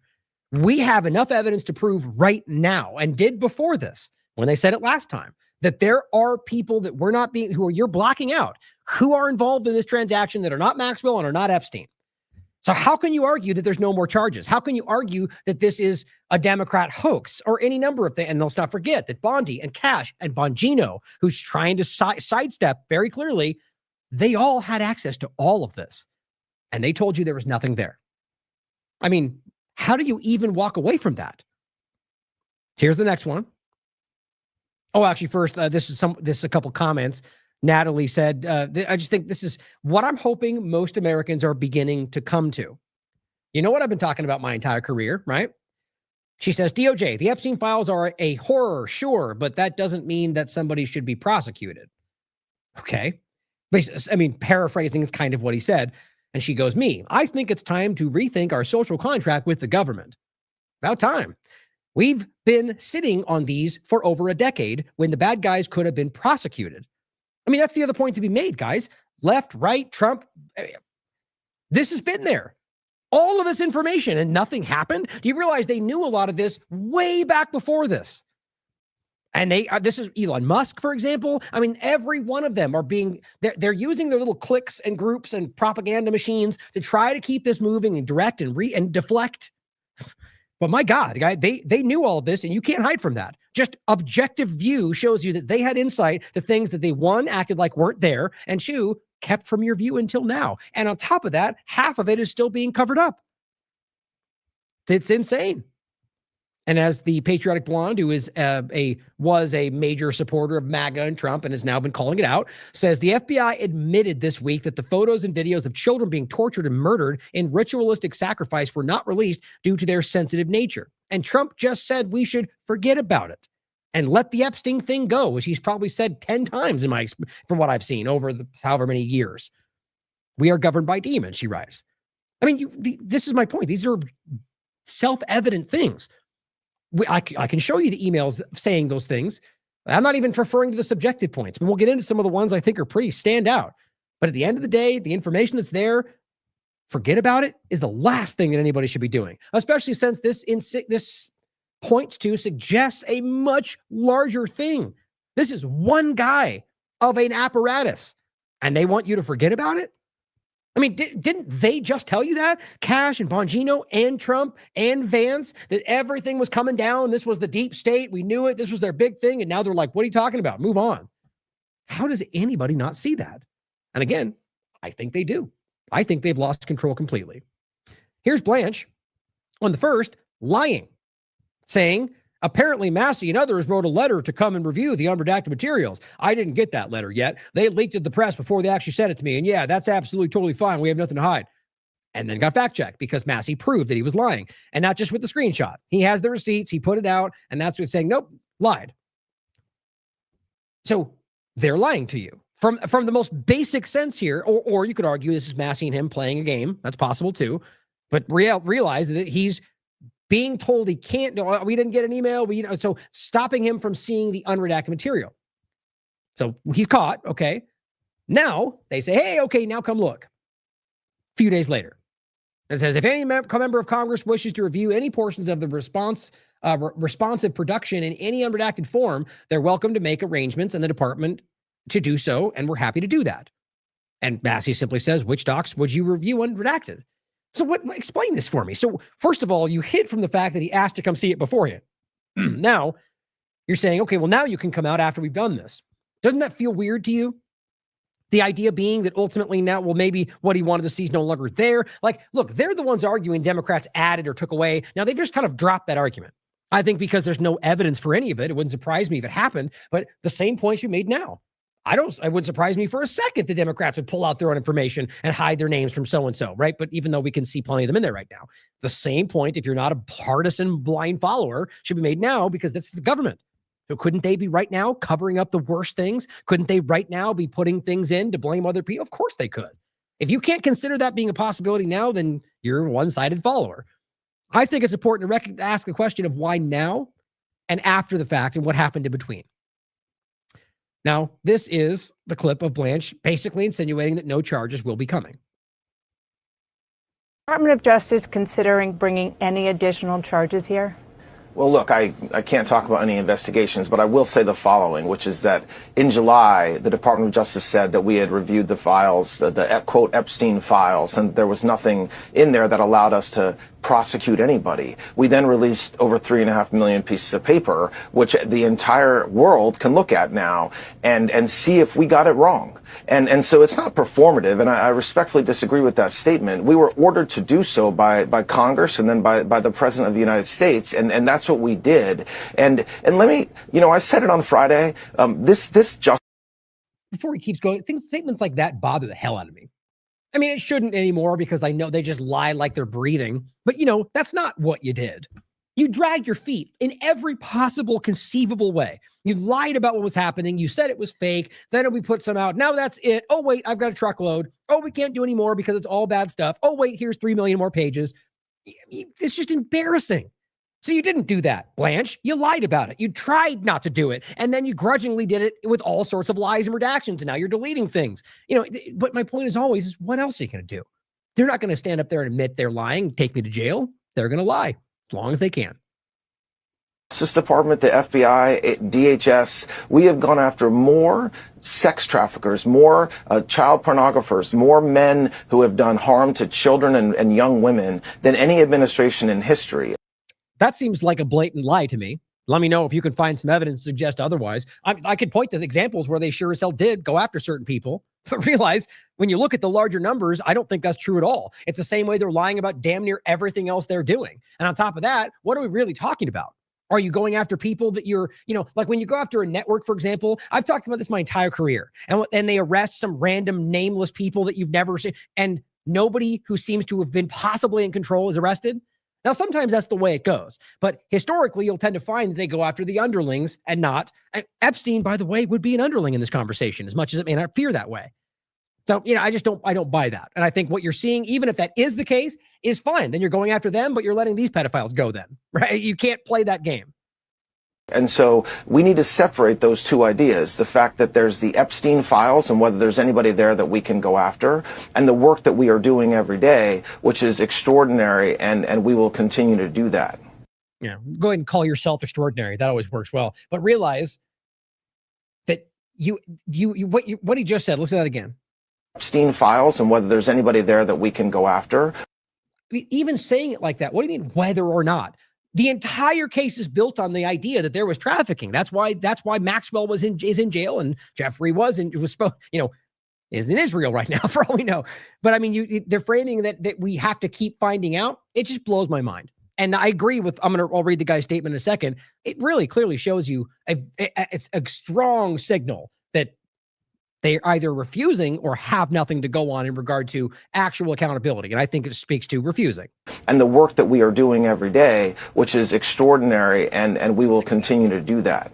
You just said that now these documents are out for the world to see and maybe something could come up. Are you suggesting that if a sort of civilian sees something that you should prosecute, that could open an investigation? Well, look, the way that we start many of our federal cases is because we hear tips from civilians or from others in the community. But my point in saying that was slightly different. It was that the review that we had done before concluded that there was no such information. And that's where we remain for what we've seen and what we've released from the Epstein files. Now, there's a lot of correspondence. There's a lot of emails. There's a lot of photographs. I'm going to show you at least 2 examples of something coming up next that are not even remotely subjective. There's a lot of horrible photographs that appear to be taken by Mr. Epstein or people around him. And by the way, as I was just discussing, there are numerous examples of basically pornography that was released of victims who are naked in these pictures. How in the world is that? I mean, think about how incredible that is. Just to break for a second and think about that. They've been telling you the entire time they're trying to, they're going to cut, we can't release the imageries and the names, and then actual release a name of a victim in the release before last. We talked about it. Very provable. Redacted names of child predators, as Massey called out himself. And then you release all this and you make mistakes and leave out, you redact their name here, but leave it open over here, or, and all these mistakes, and you release images of people. So the only way to take that is this is one of the most shockingly incompetent administrations in history. I think that regardless, or this was, I guess, deliberate. I mean, how can you sit there and argue that you're doing this to protect them and then let that slip through? That means that was not your focus. Clearly, I think we're seeing that. Your focus was covering up for your team. But that doesn't allow us necessarily to prosecute somebody. And that's what's important for the American people. And the victims want to be made whole. And so the victims who are calling you all corrupt right now and screaming that you're covering this up and not listening to them and not responding to them over and over and over. But this is what they do. This is about as insulting as when they stand up and the U.S. government praises Martin Luther King on his birthday, despite them killing him, which is a very provable conversation. Or many examples like that where they use these things even though they're the culprit, right? It kills me. We want that. The Attorney General wants that more than anything, but that doesn't mean we can just create evidence or that we can just kind of come up with a case that isn't there. Okay, so he's very clearly more than one suggesting that there's not enough to go on. Unless I'm somehow misunderstanding the very basic words he was using. So here's what Laszlo says. Deputy Attorney General Todd Blanche, who I do point out that it seems he's been doing this, but Bondi used to be playing a lot of it too. I get the sense, unless I'm missing it, that she's been pulled off the main stage. We'll see. And I just mean that in the sense of because she's bad at this and she makes them all look stupid. But it says, in an interview on CNN State of the Union, Blanche stated clearly the Justice Department has no plans to bring additional charges. He acknowledged the material is deeply disturbing. Quote, there's a lot of horrible photographs that appear to be taken by Epstein or people around him, but emphasized that disturbing content alone does not meet legal threshold for criminal prosecution. Well, hold on, though. If you're talking about a child pornography thing, which we have seen in there, right, or rather the point that they're releasing, you're talking about a provable crime. So if it wasn't Maxwell and Epstein, then and the point being that these are being shared between people, guys. And this isn't Maxwell and Epstein emailing the entire time. You have proof. You just redacted the name of somebody who was on the receiving, discussion, and giving end of those photographs. This is my point, guys. This is a small example. There's tons of those in there. They know that, and they don't care. But I mean, we could be objective and argue that they have more information around these that then suggest that they're not. But then why would you release it in the first place? Unredacted. There's a lot of ifs and up in the airs. But at the end of the day, I think we all know there's enough evidence to do something. That's why those people were in jail in the first place. Blanche revealed the department conducted a comprehensive review of the files last summer concluded there's nothing there to allow to prosecute anybody. Last summer. Still have half of the information they haven't put out. So we know anyway. Of course, the entire world could look and see if we got it wrong. Well, too late. It's already done. The statement marks the clearest official signal that yet that despite years of speculation, unsealed documents, and persistent questions, the DOJ has found no prosecutable evidence of additional crimes beyond what was already addressed. Or at least that's what they want you to think, surely. And just the report, the not planning not to signals no new charges. James Lee highlights an interesting point, and this is the one that a lot of people are pointing to, and I agree. First, just the email. No one will lie to you and get away with it from me. No one. Whoops, it's correct. And it says, the response was, I give you permission to kill him. He's apparently with Olga. He lied to you and he lied to me. The response, no one will lie to you and get away with it from me. Jeffrey Epstein is the one that wrote, whoops, or back and forth on this. So engaging with this, saying, no one will get away with it. So bottom line here is somebody is saying, I give you permission to kill somebody. Now, you could argue they followed up on this. Weirdly enough, you could almost make out what it is down there. But the argument that you killed somebody or offered to or had a conversation about it with a prolific sexual predator probably speaks to some kind of crime. But that's not being investigated, but maybe they did. These are things that people probably want to know. But the name, as James Lee says, is Susan Hamblin, which I agree. That's my point. That's the incompetence. It does look like that pretty clearly, but you can decide. Now, here's what's interesting. It says the sender of the email giving Epstein permission to kill the person they're talking about appears to be Susan Hamblin, a financial advisor and founder of the adoption agency Kids to Families. As far as I can tell, no relation to David Hamblin. Now, it says here, Susan Hamblin also appears here, and they show this email where it says, I'll be sending fresh muffins down with Carnia, and you currently have only 2 steaks left on the island, which I agree, sounds strange. And I will go into the actual emails, except when you look for this, as best I can find, unless I'm missing something, it does not appear to be from Susan Hamblin. But you see how it says right here, 16th, Susan Hamblin wrote this and all that. You're getting a lot of these screenshots that go around that don't appear to be accurate. Just want to show you, this one appears to be a different time and date and everything as well. Jeffrey Epstein to Jeffrey Epstein, CC Jeffrey Epstein. You don't see who it's, all right, you right there. It's from Carnia Skulak to Jeffrey Epstein. And it says, I am getting, the response was here. I will be sending fresh muffins down with Carnia. So it's the same email, right?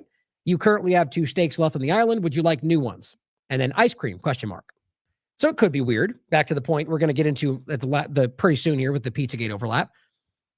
But just to show, this is not Susan Hamblin, unless the identical email went out and I couldn't find it on the database, which is possible. But I think it's worth knowing, as I'm sure you all do, that there are people deliberately lying with this stuff to muddy the waters, to hide the reality. And there are people that just don't know any better and they're grabbing screenshots and they just assume it's real. But just know that it is out there. But what's the weird part? This is the response. I find this weird. So remember, the thing is, I will be sending fresh muffins with this person. You currently have 2 steaks left on the island. Would you like new ones? Ice cream. The response is, I am getting more ice creams. Like I said before, could be a typo. Maybe that's exactly what they're talking about. But I agree with what we know about the exchanges and the bigger conversation of the emails around the Alefantis discussion. There are code words being used, but that alone is not proof. Evidence, and you could be wrong about it. But I think it's worth pointing out, one, that it wasn't Hamblin, but also that it seems weird. But it's subjective. Here's another one. Oh, just the same redacted one and not the other. It's just funny. Now, this is another example of an email I thought was interesting. And this one is, let's see. Subject was Jeffrey Epstein. From don't see to don't see. Now, listen to what this says, and then ask yourself why in the world they would redact to and from. Edward, it says, this is sensitive. So it will be the first and last email depending on your discretion. And this is in the Epstein files. You can choose to take it or trash it, but this comes from a person that has been there and seen it all, as a former staff at Zorro Ranch. The material below was taken from Jeffrey Epstein's home as my insurance in case of future litigation against Epstein. Sorry, no questions. What is damning about Jeffrey Epstein is yet to be written. Did you know somewhere in the hills outside Zorro, 2 foreign girls were buried on orders of Jeffrey and Madam G? Both died in a strangulation during rough fetish sex. This was put out in 2019. Now, here's what I found interesting.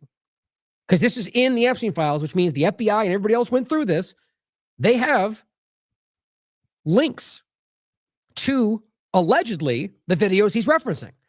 He says, here are the video footages of Epstein. Link, and it shows, sex with a minor, threesome video, underage girl, all of these included in the email. Now, of course, this person could have been lying about that. Sent these with nothing there, but why? But certainly could be for any number of reasons that we can't think of. But it's also just as likely that this was actually sent, and that's why they removed the names of everybody involved. Did they follow up on this? Did they research it? What are the videos? Is there information there? And if this guy actually sent child pornography, either he should be in jail for it, or it should be showing somebody else's crime. But listen to Todd Blanche and Bongino and Kash Patel. There's nothing there. Ignore it. I find that impossible. And on top of that, check this out. Please arrange for a 1 Bitcoin by 6 p.m. So, and it looks almost like he's blackmailing them because of the information. So what happened to this guy? Is he still around? I just find that insane. But my point is this, just like everything else, you don't know who. Maybe those links go to nothing and it's all a lie because that's being objective. But you see, and these are just plucking these out. There's so many of this in there, and we're being told there's nothing there. This one's even crazier. And I agree with this because this one's actually an affidavit. This is real. This is something that was done under risk of perjury. It says, this isn't some anonymous tip. Sworn testimony under the penalty of perjury from someone who said Trump threatened to kill her if she exposed Epstein's sexual abuse. Now, still could be lying. Maybe somebody was paying her to do it, right? There's always things we have to consider. And I'm always going to say that, as much as it gets frustrating for people that know that and are here every day, right? We're not here to high five about seeing these things. We're here to reach new people, right? That's what my job is, to do this every day, to reach the one person in the chat who's never heard of this before. Not to frame it in a way that's more conducive to everybody who's already known that, even if that ends up being almost redundant and frustrating to some people that are here every day. My goal is not to be the most popular or make the best. It's about the best flow of information to reach the people that need to see it. That's why we are where we are, because it's not about maximizing the reach or whatever else. The information is what matters, and I swear we can prove we made a difference in these conversations. Here's the actual point. I'm going to go through more than what he points to. Oh, wait, that's much longer than I thought. I almost want to read all of it because it's pretty crazy. Let me just start, and then I'll go back to this if it's taking too long, because it's really gross what's being stated. So it said, and the whole thing is Jane Doe versus Donald Trump and Epstein. This is a filed document, and this was 2016. Complaint for rape, sexual misconduct, criminal sexual acts, sexual abuse, forcible touching, assault, battery, intentional and reckless infliction of emotional distress, duress, false imprisonment, and defamation. Jane Doe brings the case against Trump and Epstein, alleges that plaintiff is an individual residing in and a citizen of the state of California. Upon information and belief, defendants Trump and Epstein each reside in the district and are citizens of the state of New York. Now it says jurisdiction and venue. Plaintiff is a citizen of the state of California. Just kind of gets the meat of it. The court has original subject. Where's the part? Here we go. Same thing. So this is what I want. I want to get to the actual stated listing of it. Sexual misconduct, rape, sexual acts, forcible touching. Okay. Plaintiff was enticed by promises of money and modeling career to attend a series of parties with other similarly situated minor females. So many of these out there, these pageants he's involved in, held in New York. I mean, some of these, by the way, that you could prove. There's been documentaries about these pageants themselves being sort of a pathway for these millionaires to abuse these women. Now, of course, Trump's been involved with some where he says, I wasn't involved in that. Well, we have to take his word for it. But the reality is the entire thing was shown to be that kind of pipeline. Now it says at least 4 of the parties were attended by Trump. Defendant Trump initiated sexual contact with the plaintiff at 4 different parties. On the 4th and final sexual encounter with Trump, defendant Trump tied plaintiff to a bed, exposed himself to plaintiff, and then proceeded to forcibly rape her. During the course of the savage sexual attack, plaintiff loudly pleaded with Trump to stop, for no effect. Defendant Trump responded to plaintiff's pleas by violently striking plaintiff in the face with his open hand and screaming that he would do whatever he wanted. Now, you could argue that this is being made up. And even with the political world the way it is, that she might even be willing to face the charges of criminal charges to make this case, or maybe somebody was paying her to. But you should just as easily be willing to consider that she's telling you the truth and they're lying about it. With everything we know, it shouldn't be that hard to wrap your mind around if you're not a partisan player one way or the other.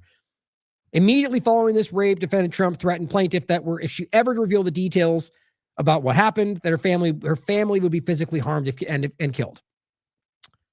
Epstein had sexual contact with the plaintiff at two of the parties. The second sexual encounter with defendant Epstein took place after plaintiff had been raped by Trump. Epstein forced himself upon her. You get the gist of this, and it continues. Angrily screams at her. Now, this was the one he was referencing here. Oh, that's further down. It goes on and on and on. As a direct and proximate result of her sexual assaults and rapes, she suffered stress and emotional consequence.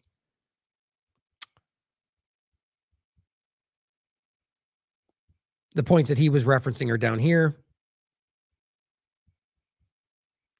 So this is the actual declaration.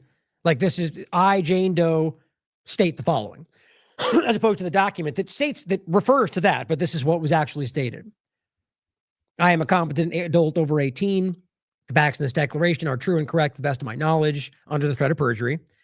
I was subject to extreme sexual and physical abuse by the defendants, including forcible rape, as we showed you above, and she was only 13 years old at the time. More particularly, I traveled by bus to New York, starting a modeling career. There I met a woman, introduced herself as Tiffany. She told me that about the parties and said that if I would have joined her at the parties, I would be introduced to people who could get me into the modeling profession. It's so common how this goes. The parties were held in New York City residence being used by Jeffrey Epstein. And it says, I understood both Trump and Epstein knew that I was 13 years old. Defendant Trump had sexual contact with me at 4 different parties. Tied her to a bed, the one we read earlier. Immediately following this, that's just repeating what was up there. Cutting to the point to what he was referencing.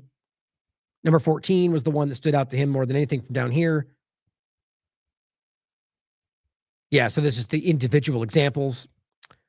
I personally witnessed 4 sexual encounters that the plaintiff was forced to have with Mr. Trump during this period. These are other examples of people that apparently saw the same, including the 4th of these encounters with Mr. Trump forcibly raped her despite her pleas to stop.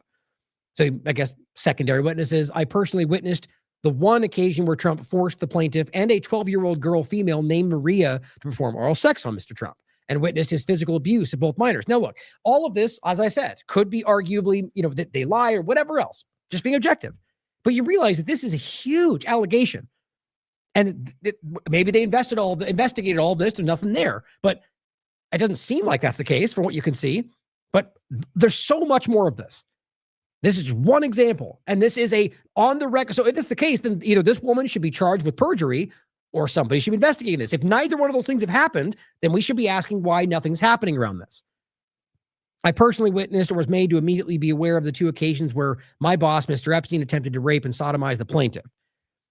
Just cut to the chase. I'm tired of reading this. 14, I personally witnessed defendant Trump telling the plaintiff that she shouldn't ever say anything if she didn't want to disappear, like the 12-year-old female Maria, and that he was capable of having her whole family killed. After leaving the employment in 2000 of Epstein, I was personally threatened by Mr. Epstein that I would be killed and my family would be killed if I was ever to disclose any of the physical and sexual abuse.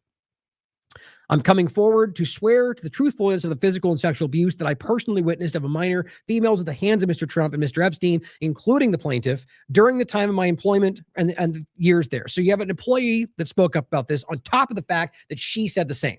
Now, behind the scenes, if there's no collaboration between them and these are independent testimony, well, that sure as hell makes it a lot more strong. But see, we're forced to kind of read between the lines here because they don't want to give us all the information. I swear to the facts, these are under penalty of perjury. I find that crazy, guys. Now, if somebody asks, why lie, right? I don't know. It's not my job to decide why somebody might do something. I mean, some cases it's worth considering and discussing. The point, though, is that it did happen under the threat of perjury. So what happened? I mean, right now, they're willing to give people 30 years for throwing a sandwich, but you're not going to go after the person who lied about Donald Trump if that's what you think happened? I'd like to know. And if not, then this better be investigated. And right now, we better be willing to consider these from all partisan perspectives because it is out there. There's a lot of information. Now, Ed Krasenstein, again, somebody very clearly with a partisan agenda. So, as always, take everything, whether or not they have that agenda, with a grain of salt, question everything, consider it. But this is a real point. He says, no one found this horrific Donald Trump mention in the Epstein files because it was a handwritten letter that he argues wasn't properly indexed. And that wouldn't surprise me, very deliberately or because they're incompetent, either way. And he says, the woman alleges Donald Trump was involved with Epstein in the sale of young women to the sex trafficking ring of Epstein and the Saudis. She also claims that Trump forced her to miscarriage after she got pregnant. Here's the actual post. These are all in there, guys. These are, and that's why it's important and why our show is never going to be seen for what it, because we give you everything you need to actually prove it for yourself, as far as you can anyway. Not the screenshots, not the subjective one. I mean, right now there are people out there sharing like just that image. Trump was compromised by Israel, and it's a screenshot with nothing but what they think and pointing to it, getting like 100,000 views, and they've got 20,000 followers. It's like, what the hell is, I mean, this is clearly the way the system is supposed to work. You prove something like Whitney and I pointed out around COVID, that's when you get censored. So the point here, though, is that this is a letter, which, again, like everything else, consider that it's subjective. And look at the time. It says 2025, unless that was changed, which looks like it was scribbled over. So it's hard to know some of this stuff right now. But it simply says, Jeffrey Epstein, my testimony places Donald J. Trump as a person involved in the selling of a young woman to a sex trafficking ring, like they said up there. Take it for what you will. The body of evidence seems to be pretty damning right now. And their point is that this was misattributed. No one's really seeing it. And it backs up a lot of other stuff that's happening. He also points this out, which I also agree, whether or not he's the one pointing to it, proof that the DOJ is scrubbing Epstein files. Now, first you got response from the MAGA side of it going, no, the server went down, you Democrat liar. So I took a beat and was like, maybe. As far as I could tell, it's not down. You can check for yourself. And what you will find out, as he says, that there were a lot of results. I wish I remember what it showed when I looked. I think it was like 1,700 something. When he posted it, the Donald Trump results went down to 1,513. Well, look at it now. 1,492. Guys, that's cold, hard facts. I don't know how you pretend that's not the most obvious thing in the world if you're trying to do that. They've removed information that pertains to Trump. Now, remember, when this first came out, they deleted a whole bunch of it until people were like, whoa, we saw that, and they put it right back. It's so painful to watch this right now, and then to watch people try to grapple with this like it's not obvious. Then they deleted more and have slowly been deleting it. Since he posted this, it went down from 1,513 to 1,492. Let's do it again and see if it changed since we've done this. Nope, same right now, 1,492. We'll keep an eye on it, though. But I personally can attest, I don't remember the exact number, but that it was more than that. And you should be doing this with all of them. Who knows? There's no accountability for this right now. So they are straight up deleting information about Trump, whether or not it's benign, whether or not it's important. It's information that was in the files, and you have a right to see that they're claiming the most transparent, right? What a joke. I mean, just it's worth laughing about how stupid that is. Well, that's why I use that picture with their binders. I'll get to that in a second. Most of them are borderline radio silent right now, and that's so damn telling. Crazy. Now, Aaron here points out, oh, that's right, I wanted that up for that. Oh, it's right there. Oh, it's right there. Okay. Aaron points this out. The Trump DOJ has deleted these two files, referring to Donald Trump having parties at Mar-a-Lago called Calendar Girls. Here are the originals. So just note 679 and 651. Well, they aren't there anymore. Those are the only three you see. And just to be clear, let's be safe. Let's make sure it didn't get added back for some reason. Nope, same ones. So you can literally prove right now that there's information that they put out, I mean, in particular related to Trump, that they have now removed. No one's out there going, here's why. They're acting like they're ignoring it. I don't even think anybody's engaged with this point. Leave it and anybody else. They haven't come up and like, here's why it's a mistake. And the server, nope, they're just pretending it's not happening. Because that would be a crime. It's already a crime, seeing as how they've broken the law by not releasing it by the time they were supposed to. But now they're pulling stuff back. Couldn't get more clear than this, guys. So here's Elon Musk. Of course, we have to mention him in this conversation. And here he is responding to this. Sorry, maybe a dumb question, but if there are Epstein files, videos, and names tied to serious crimes, why hasn't anyone been arrested yet? It's a very good question. Obviously, it's what everyone is pointing out, but it's still a good thing to consider. 55 million views. You know why? Because Elon Musk did this. It's just funny to me how this works. You know, probably went up like 100,000 in that. But the point is simply saying the obvious. And I agree with him, though. People should be arrested right now? And they should have been arrested when Trump had those files. They should have been arrested when Biden had those files. I mean, think about how crazy this is. And realize that Trump, right before this, was saying they're all going to go down. We have all the evidence. And now it's like, no, you're all lying. It wasn't even real, or it wasn't. But regardless of what it is, no one's been arrested the entire time, even though they've had this the entire time. I mean, you cannot ignore this. But so he says, wow, it's so crazy Epstein, quote, killed himself before realizing he was, quote, innocent. I don't even know what he means by that with this conversation. And Maxwell was in prison for what exactly? 20 years? I mean, the point is that, like, saying no, he's in a weird, almost confusing way trying to argue that, like a joking way, that obviously they are, so somebody should be in jail. But it's kind of like doth protest too much kind of an idea. Then he goes, Epstein client arrest counter is 0. I mean, it's cringy what he's doing right now. He's just acting like, it's the same thing they always do. But like I said, you're not going to come out and be like, okay, you got me, I'm a liar. Yes, I knew him, and yes, I partied. Yet, no, you're going to lie and lie and lie and use your overwhelmingly insane influence on this platform to just drive the conversation the way you want it. But as Murder by Crayons rightly points out, why'd you delete this one? Time to drop the really big bomb. Donald Trump is in the Epstein files. Elon Musk posted. That is the real reason they have not been made public. I mean, come on, guys. How do you post this? And even if you were joking, you know what I mean? Or like trying to use it as a coercive point, you guys are all very dishonest and all actively trying to hide this. Yes, there's been 0 arrests, but the point is you knew this. You knew the information. You already had access to the information. And then you just left it up in the air. You said Trump's in the files, then deleted it. Now you're acting like it's no big deal. Or now you're saying no one's been arrested yet. So now are you back to calling out Trump? You know what I mean? And Elon is named in these files many times. Here he says, legacy media lies relentlessly. And guess what he's pointing to? Things that are true. Elon Musk discussed plans to party with Jeffrey Epstein on his island. Yep. More than once, by the way. I just showed you last time. Elon Musk had more extensive ties to Epstein than previously known. Completely true. Okay. And they say lies, because what, you put a stamp on it? Bill Gates, Elon Musk, Howard Lutnick face new scrutiny. 100% what's happening. Epstein files show Elon Musk apparently discussed plans to visit the island. 100%, guys. And host him at SpaceX, which he did, and he's got caught lying about that now. He did give him a tour, and he lied about that. So all he does is legacy media lies. Why? Because all of his blind followers are like, yes, mainstream media, bad. And they're only thinking Democrats. It's just sad where we're at right now. Scott Santine says, you were asking for 2 straight years to party on his island despite already knowing everything he was guilty of. Yes, you can prove it. The dates on the emails where he's going, what's the craziest day to come party? He was a convicted pedophile, guys. They knew that already. We can read emails, he says. They are right there.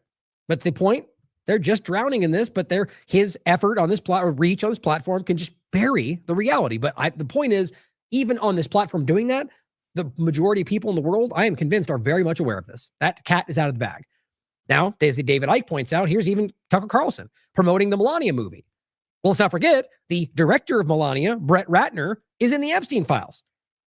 Posing with lewd pictures of women and Jean-Luc Brunel. And this overlap with the same thing we're just talking about, of these modeling overlap. I mean, it's this disgusting inner circle. But here's Tucker, partnerships with Melania.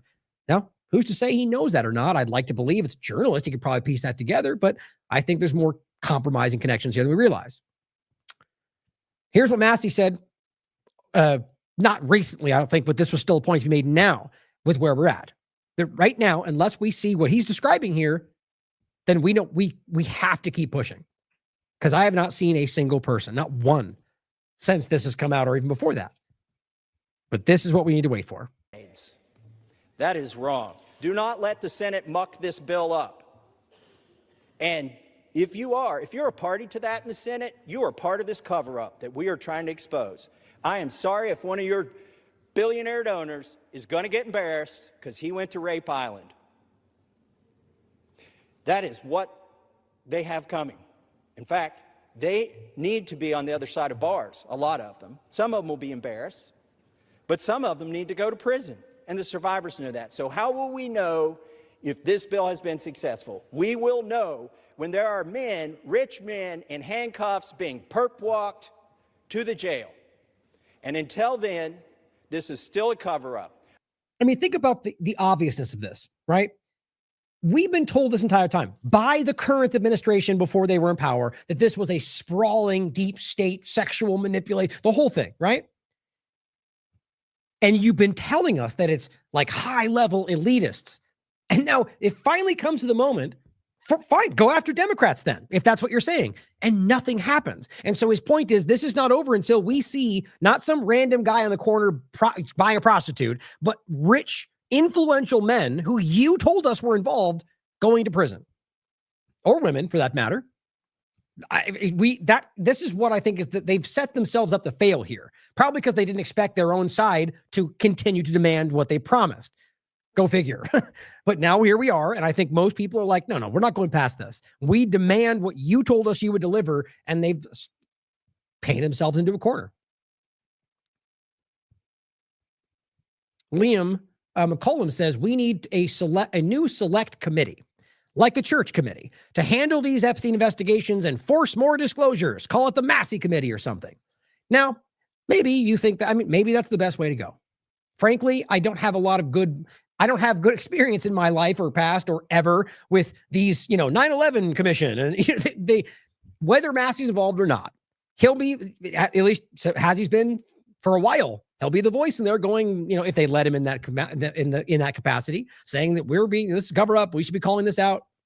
It almost always ends up there's no reason not to do it. Do it, start it up. I think it's good to have the conversation, make it draw attention to it. But it almost always ends up in this just exercise in futility where they have these, the roundabout conversations, even new evidence comes out. And then it's almost like they act like that conversation is in lieu of any accountability. Kind of the point we're making about the release of all this information. Like that's enough, right?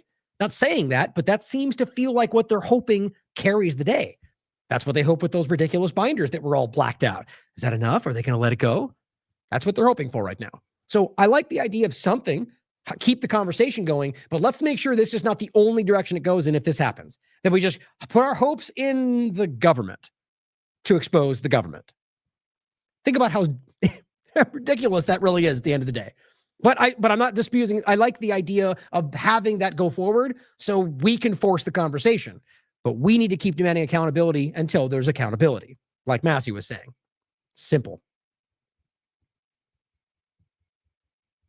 So, pretty much lastly, and we'll have a couple points toward the end, I want to play this clip from Ben Swann. Because it is really interesting to me, the arc of all of this. And you guys know this, especially those of you that have been following us before I even started doing the daily wrap-up. We did a lot of long, and I'll show you all these articles that connect back to larger points if you want to go through it all, that we've been discussing the reality of the Pizzagate conversation or whatever you called it, the reality of the sexual, this, like he says, like Ben Swann starts with right here. It is Epstein, right? This is the same conversation.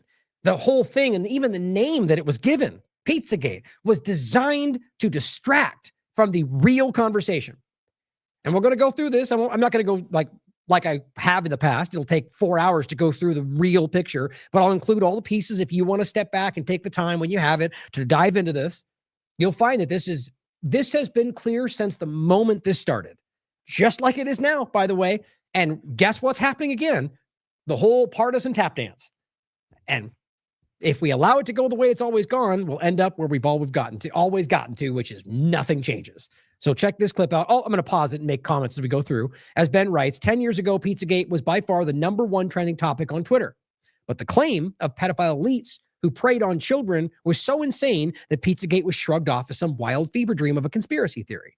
But then, just days ago, the Epstein files, which changes our perspective a little bit. Epstein is Pizzagate. Let that sink in for a minute. Jeffrey Epstein is Pizzagate. 10 years ago, Pizzagate was by far the #1 trending topic on Twitter. But the claim of pedophile elites who preyed on children was so insane that Pizzagate was shrugged off as a wild fever dream of a conspiracy theory. I was the first mainstream reporter to dare give the facts surrounding Pizzagate. My corporate career was destroyed over it, so what? My professional reputation was obliterated, that wasn't fun. And I wasn't the only one. Anyone who dared to suggest that this might be true was blacklisted, shadow banned, or thrown off of social media. But then, just days ago, the largest dump of Epstein files revealed what some of us have been telling you for a decade, that Pizzagate is real. Not that there is a pizza parlor at the center of a child trafficking ring, but that child trafficking rings run by some of the most powerful people in the world do exist. Tonight, I want to remind you of what I told you then and compare that to what we have now learned.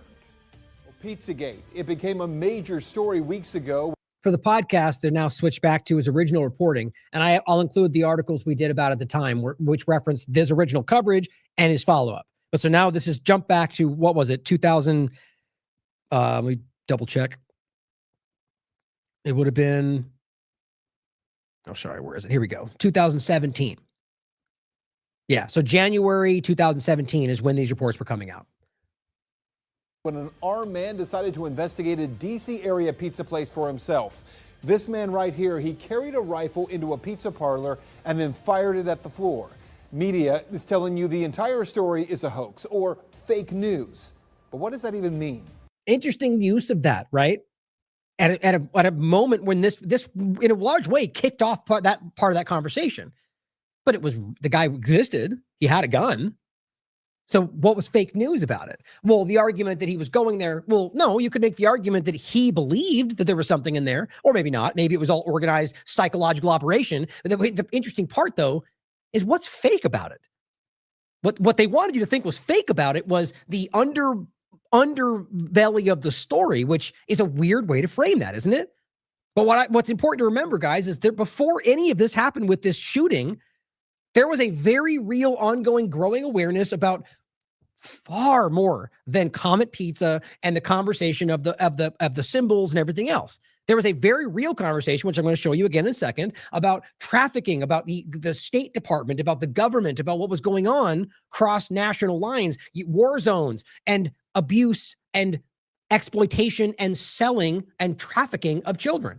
And again, this is a story that very premise, anyone out there right now that dismisses the very idea of those things at one point, and still to this day, that does still happen, needs to be, I mean, that's insane. There is a global industry that you can prove.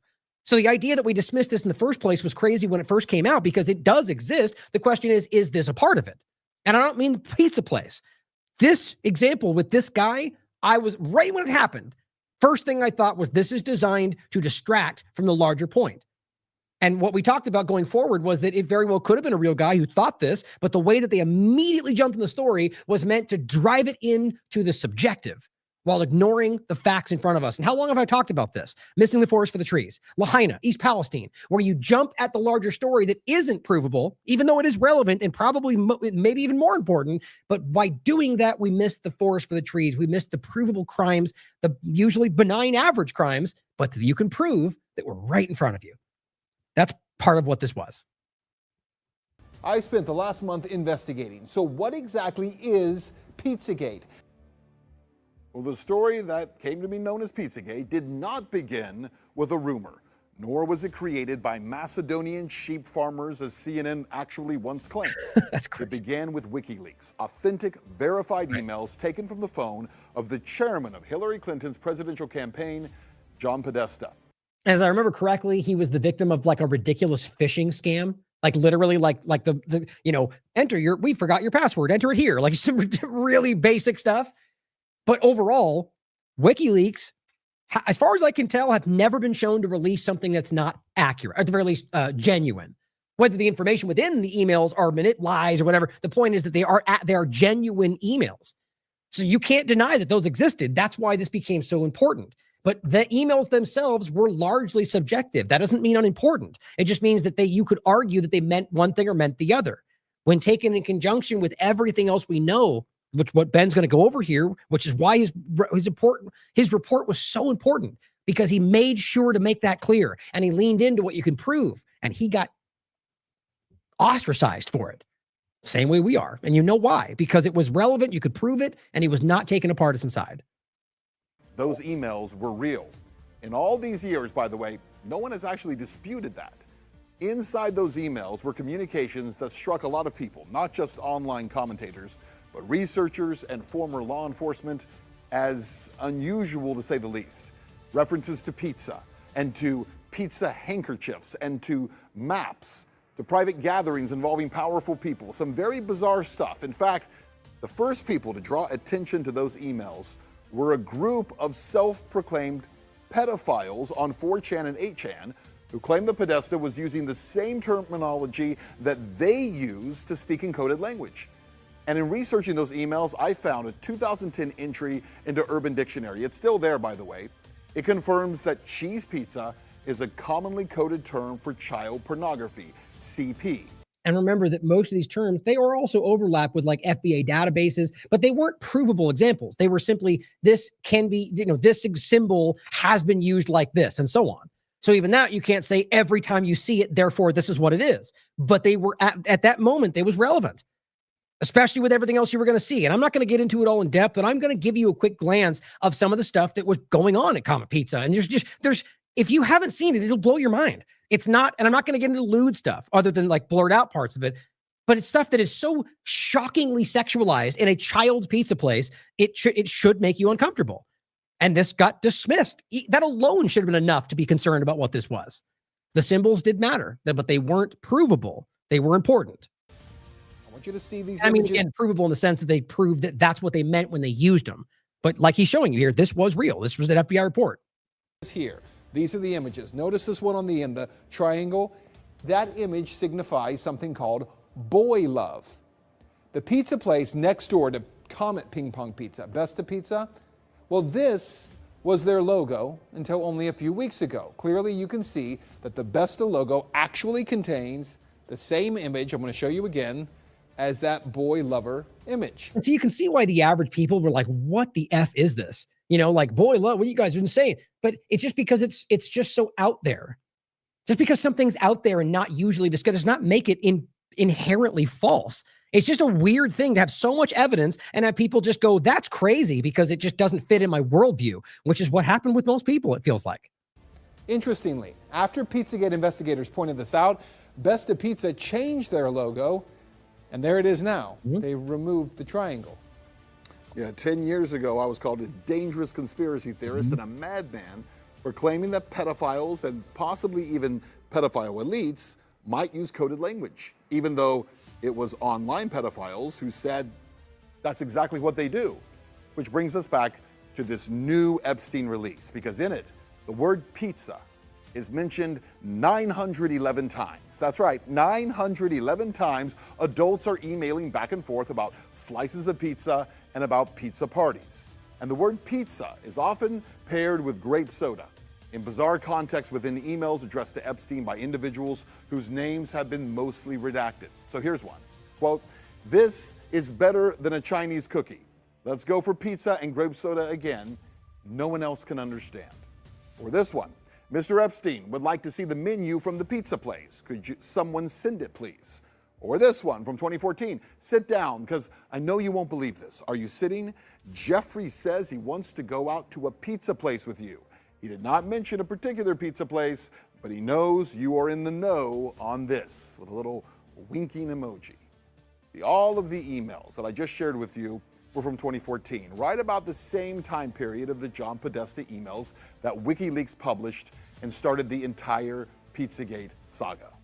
Now let's talk about the Podesta brothers, because remember, it was John Podesta's email that was hacked. In those leaked Podesta emails, John Podesta talks about individuals. Brings us back to this new Epstein release, because in it, the word pizza is mentioned 911 times. That's okay, check this out. So first of all, just very quickly while this was happening, because I was looking at this before, whatever they're doing right now, they're rapidly trying to change and evolve what's going on. So first of all, this site doesn't show up the way it did a second ago, which could just be that it's being bombed with, a lot of traffic. But just so you can see, this is what it now looks like. It is the same one. But so that may be the reason, just to make it objective, why this is not showing up accurately. But if you search pizza on here, which he just showed you, you get no results. Okay, well, they're there. I mean, I've seen these myself. He showed you those emails. He showed you the search. Why is there none there now? Now, again, this may be because there's the site's acting funny. They keep using that as the argument. That's, they're not deleting stuff. They are, though. You can prove it once it comes back up. They're missing information. It's not like if a server was down, it'd be down. You wouldn't be able to ask some. The clear point is they've been removing information. And they did it. They got caught doing it right at the beginning.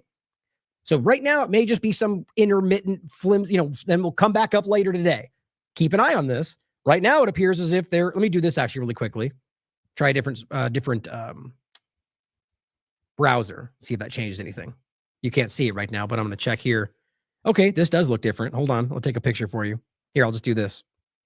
We'll do it live.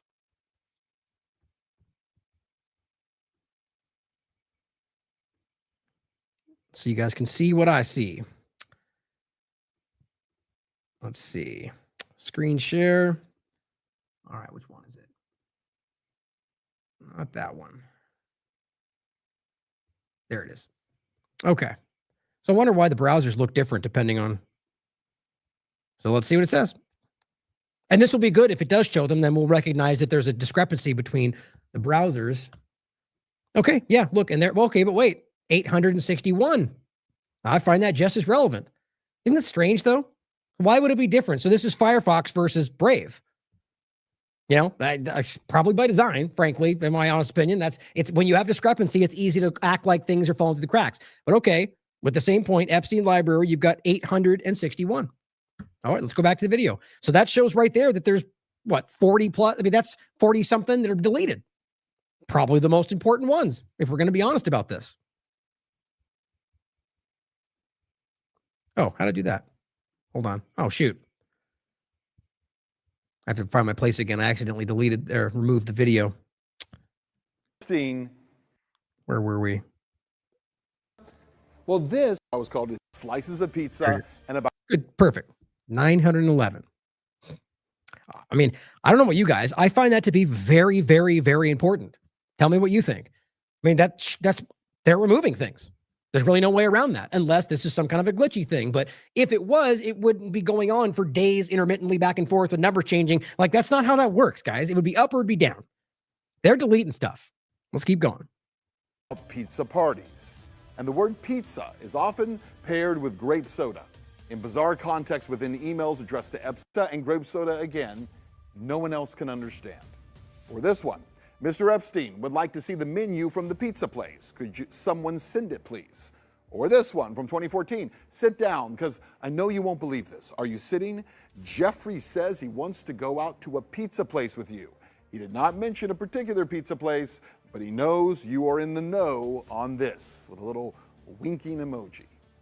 All of the emails that I just shared with you were from 2014, right about the same time period of the John Podesta emails that WikiLeaks published and started the entire Pizzagate saga.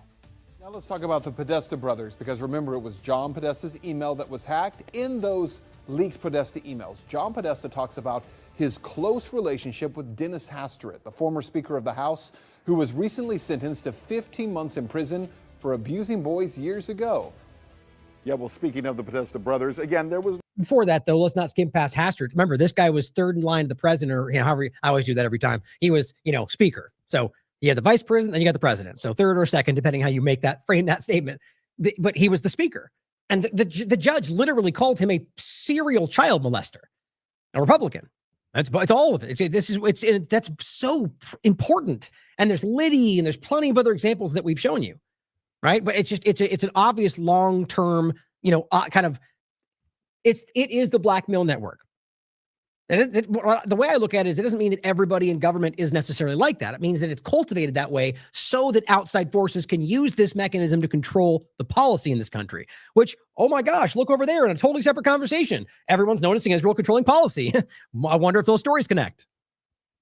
No direct evidence of them being involved in child sex trafficking from those emails. But as we pointed out at the time, there was a relationship with Dennis Hastert, the former Speaker of the House, who was recently sentenced to 15 months in prison for abusing boys years ago.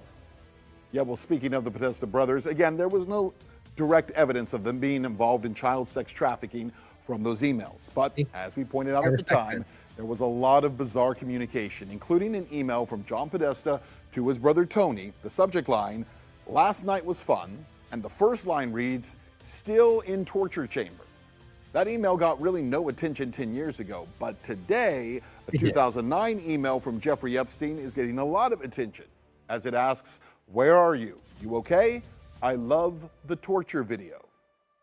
To the fallout from the latest release of the Jeffrey Epstein documents, they include communications between the rich and powerful, from the co-owner of an NFL team to billionaires like Elon Musk. CNN teams are carefully sifting through the largest, and what the Justice Department says is the last, batch of Jeffrey Epstein files. Friday's release of millions of pages related to Jeffrey Epstein provided a closer look at his connection to world elites from Hollywood to Washington, Wall Street to Buckingham Palace and beyond. Yeah, well, all those so-called news anchors and their newsrooms for a decade blacklisted this topic. Right. They conditioned you to live in ignorance. They called it a conspiracy. They called me and so many others dangerous for even looking. For all that is here, there has not been one single public investigation of any of this, not from local police, not from the FBI, no one. And that has to be the big question, not for Podesta or for pizza parlor owners, but for law enforcement. Based on what may be or may not be here, the big question is, why hasn't any investigation taken place? Well, 10 years later, no investigation ever took place. And think about the relevance of that to what we're dealing with right now with the Epstein files. It's the same kind of point, right? You're getting all this information. A lot of it's subjective, but more than enough of it is clearly indicative of some kind of a crime. Much of it is actually, like we showed you the affidavit, like things that would legally be required to be followed up on it. Maybe they did elsewhere. The point, though, is that what we're calling for out here, most of us, is accountability, some kind of actual follow-up. But as we've seen, this kind of stuff can be so shockingly obvious to the point where it's now being reopened up because people are, that we're connecting it to this, but people out there don't want to see the connection to what he's talking about now. But that we're likely, if we do the same thing, is going to get the same thing. A lot of narrative, a lot of deflection, a lot of finger pointing, and no accountability. You and I, we can change this. People like Ben doing this work, we can change this. It's a failure of a complicit government and also of a corporate media that didn't just ignore this evil. They helped to cover it up and keep it operating in the shadows. See, by refusing to engage honestly in 2016, by choosing mockery over investigation, by silencing questions instead of asking them, they created the very environment where this evil could thrive. See, They didn't kill bad information as they pretended. They guaranteed it would survive. See, I wasn't censored the way that I was because my reporting was false. I was censored because it was dangerous. Think about that, right? I know you guys are familiar with this. And as somebody's asking in the chat, what will be the purpose of dropping the files with nothing to come of it? Well, like I said before, to make it simple, to bury people in enough ongoing subjective and verifiable information to where there's, depending on what you want to search for in those files, you can find 100,000 stories. And so people are out there talking about all these different things, and everyone's scattered amongst a lot of very real things, but no real coordinated direction, which we could change. At least I'd say in that in a larger way. I'm sure some people are, but the point being, it's about designing this in a way that we all get scattered. We act like just the embarrassment is enough. It is a last-ditch effort to put this to bed. Acting like they showed everything didn't work more than once. So now maybe giving us more than they're supposed to might be enough. It's like it's desperation. Genuinely think that, but consider that I'm wrong. To narratives, dangerous to reputations, dangerous to a media culture that had grown comfortable acting as a gatekeeper rather than a watchdog. See, the unspoken rule was simple. Some questions are not allowed, not because they're wrong, no, but because they lead to the truth. And the truth? Pizzagate, at least in the form of a cabal of elites and powerful people who delight in the physical and sexual abuse of children, is real. Remember how we started. Epstein is Pizzagate. But the other reality it's time to accept, Pizzagate is much more and much bigger than just Jeffrey Epstein. Well done. 100% agree. And you could argue, you could get it if the word Pizzagate is somehow the reason that's stopping you from considering it, just recognize that Epstein is one part of a large international sexual blackmail network, and far more than that. I would even argue that the sexual blackmail network is one aspect of a much larger global control structure. We need to recognize that has always been there, like Ben is trying to highlight. I could have, what he did stands for itself right there. It's so shockingly clear what he just laid out. And the way they're dealing with it right now shows you that they're drowning in that. We are on the precipice. We can nudge this over the edge if we really want to, but we have to work through all the screaming partisans out there to make it happen. But it's just so clear. This was a real conversation. It did get buried in the partisan hyperbolic part, which today is more so the mainstream alternative media. But at that point, the mainstream media, the same way they did this, the same way they're doing it now. We just need to recognize how clear that was. And the shooter and the pizza place and the symbols, yes, that was a part of it. But was the subjective part that only really comes into focus when you go into the stuff we're going to talk about. Well, really what we already did, but some of the parts we're going to show now. The real picture, the actual trafficking, the actual government involvement, the awareness of that. And when you make it into a cartoon, well, people can dismiss it as a cartoon. So let's show, there's a couple of things I want to show you. One, oh, that's what I did too. Let me bring up the screen share. One is this story. Oops, bump something there. Here we go. This goes back to 2017. And it's written then, but it goes back to before this. And the title was The Clinton-Silsby Trafficking Scandal and the Media Cover-Up, The True Origin of Pizzagate. And it's well worth your time. The simple point is to recognize that the Hillary Clinton, I'll play this clip that I started with next, on corporate media. Not that ever makes it true necessarily, but it means that it was so known and seen that they were forced to address it. Now, Laura Silsby, who got caught trafficking children out of Haiti. Of course, Haiti, we understand the timing of that, what the Clintons were doing, the profiteering, all that was happening. They caught this woman trafficking children out of the country. They arrested her in Haiti for child trafficking. Clinton personally stepped up and got her off the hook. Brought her home, as I understand it, under the argument that they were going to be held accountable in the United States. Nothing happened. Nothing, I'm sure, like so much so, nothing happened to such a degree that she came back, changed her name to Laura Gaylor, and at the time this was written, was working for Alert Sense, a child alert. I mean, you can't think about that. And here's the clip that was even it was NBC at the time. Somebody gets caught trafficking children, gets let off by the State Department of the United States government, and then gets changed their name and works for a system that alerts you about missing children. I mean, that's just, it's unnerving.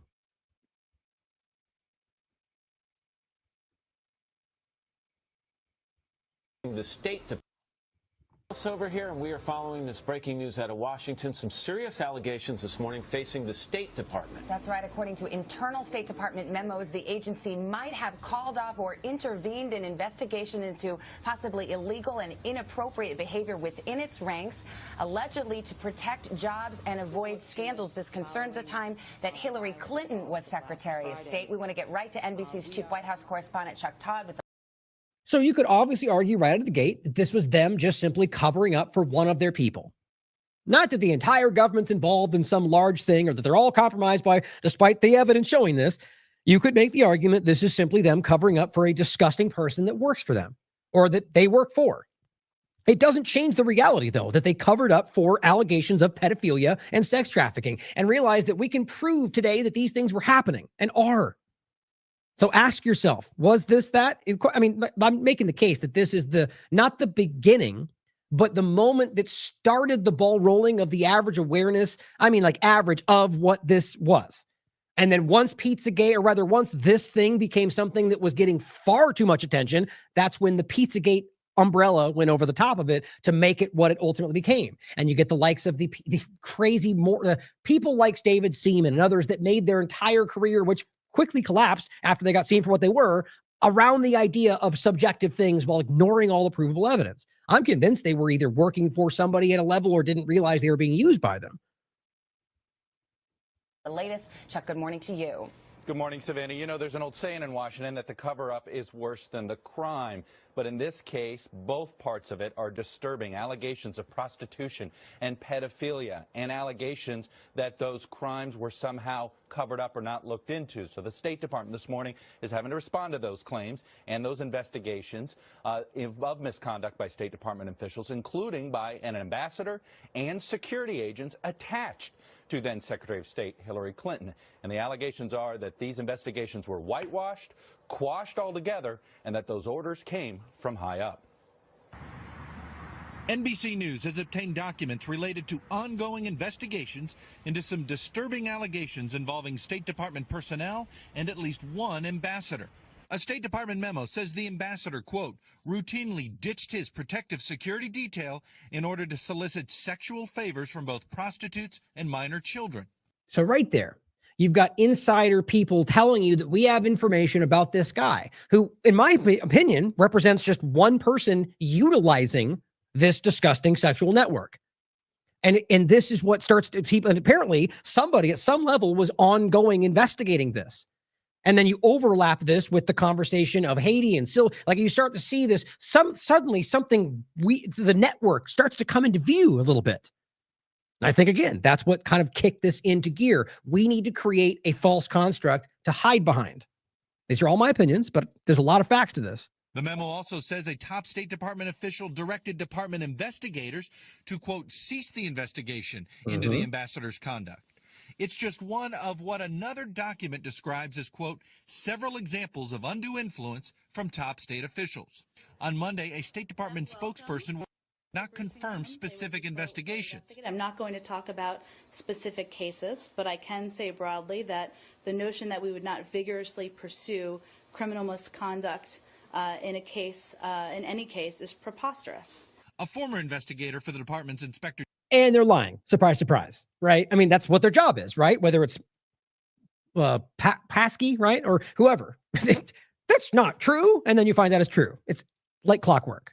General has complained to Congress and the media that the investigations have not been thorough because of the pressure from those high-level officials. We take every allegation of misconduct seriously, and we look into it. It was less than 6 months ago that another major internal investigation painted Hillary Clinton's State Department in a negative light.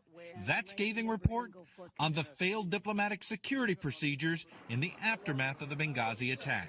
What difference at this point does it make? It is our job to figure out what happened and do everything we can. As we noted, the whistleblower in this case, a member of the Inspector General investigative team at the State Department, she's gone to Congress demanding an investigation, and it's our understanding Congressman Ed Royce, a leading Republican in House Foreign Relations, says he does plan on having an investigation, and no doubt hearings are probably going to come soon. Nope, didn't happen.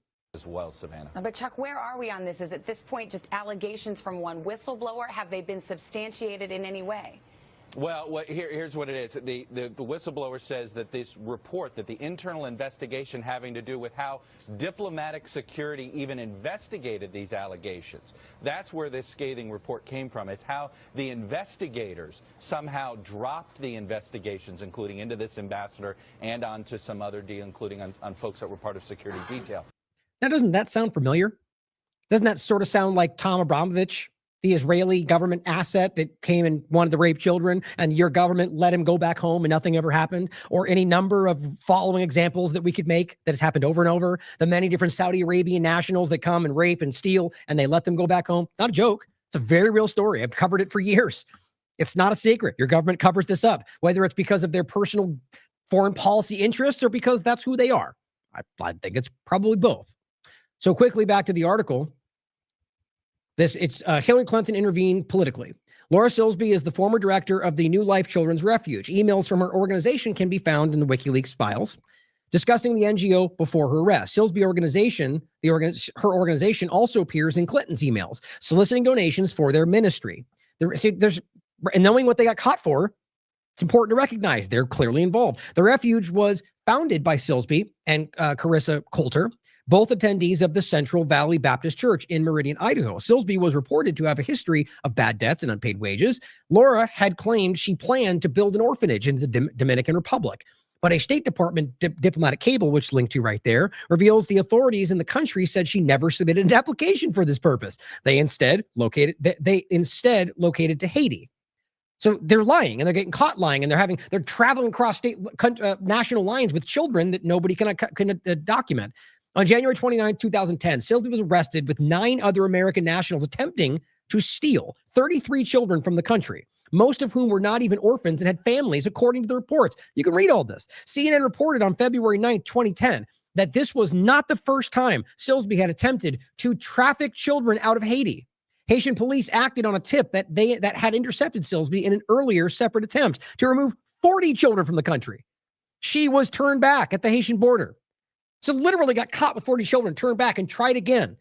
For a brief period, Haitian authorities were considering adding a new kidnapping charge based on this evidence. Hillary and Bill Clinton took an extraordinary interest in Silsby's case, and from the moment she was arrested, and almost immediately stepped in on her behalf. I mean, this is just and this is what we were talking about at the time, what we were covering at the time, like a lot of us were. You would know about all of this stuff, Epstein, whatever else, not every single part of it, but the larger conversation had you been following this platform. Now, this is the one, this is a follow-up on it. NBC News report, like we pointed to, Clinton covered up elite pedophile ring at the State Department. Now, just to quickly go through some of these, we'll end with some statements of people out there today. I'll include both our coverage, their articles at the time with some video. We'll also note, by the way, that so much of the information in these shows are gone because YouTube deletes channels, or because, I'll show you in a second, the databases for the imagery, let's say, from Comet and others have all been removed systematically over the years. I'll show you. It's wild. But to check out Ben Swann exposing this and follow up what happened to Ben Swann after the report. I'll include this one. He kept the work up well after 2018. Ben Swann exposes the truth about U.S. foreign aid and the Clinton Foundation's Haitian fraud. I'll also include this one, by the way. Same kind of conversation. There's a lot. I've covered a lot of these. This is just one of the very, very obvious ones, like many of them are. Doctor who exposed the Clinton Foundation corruption in Haiti, who was found dead. And it's like, it's so obviously criminal activity. So some of these things, it's just incredible to me that people don't know this was there. Comet Ping Pong website links lead to more damning photos and connections. Now, like I said, if you want to go through this, please do. Don't take my word for it. If you doubt that there's horrible things, you can come look for yourself. I mean, just the images like this that were on their material in a children's pizza place should be overwhelming, should be shockingly uncomfortable.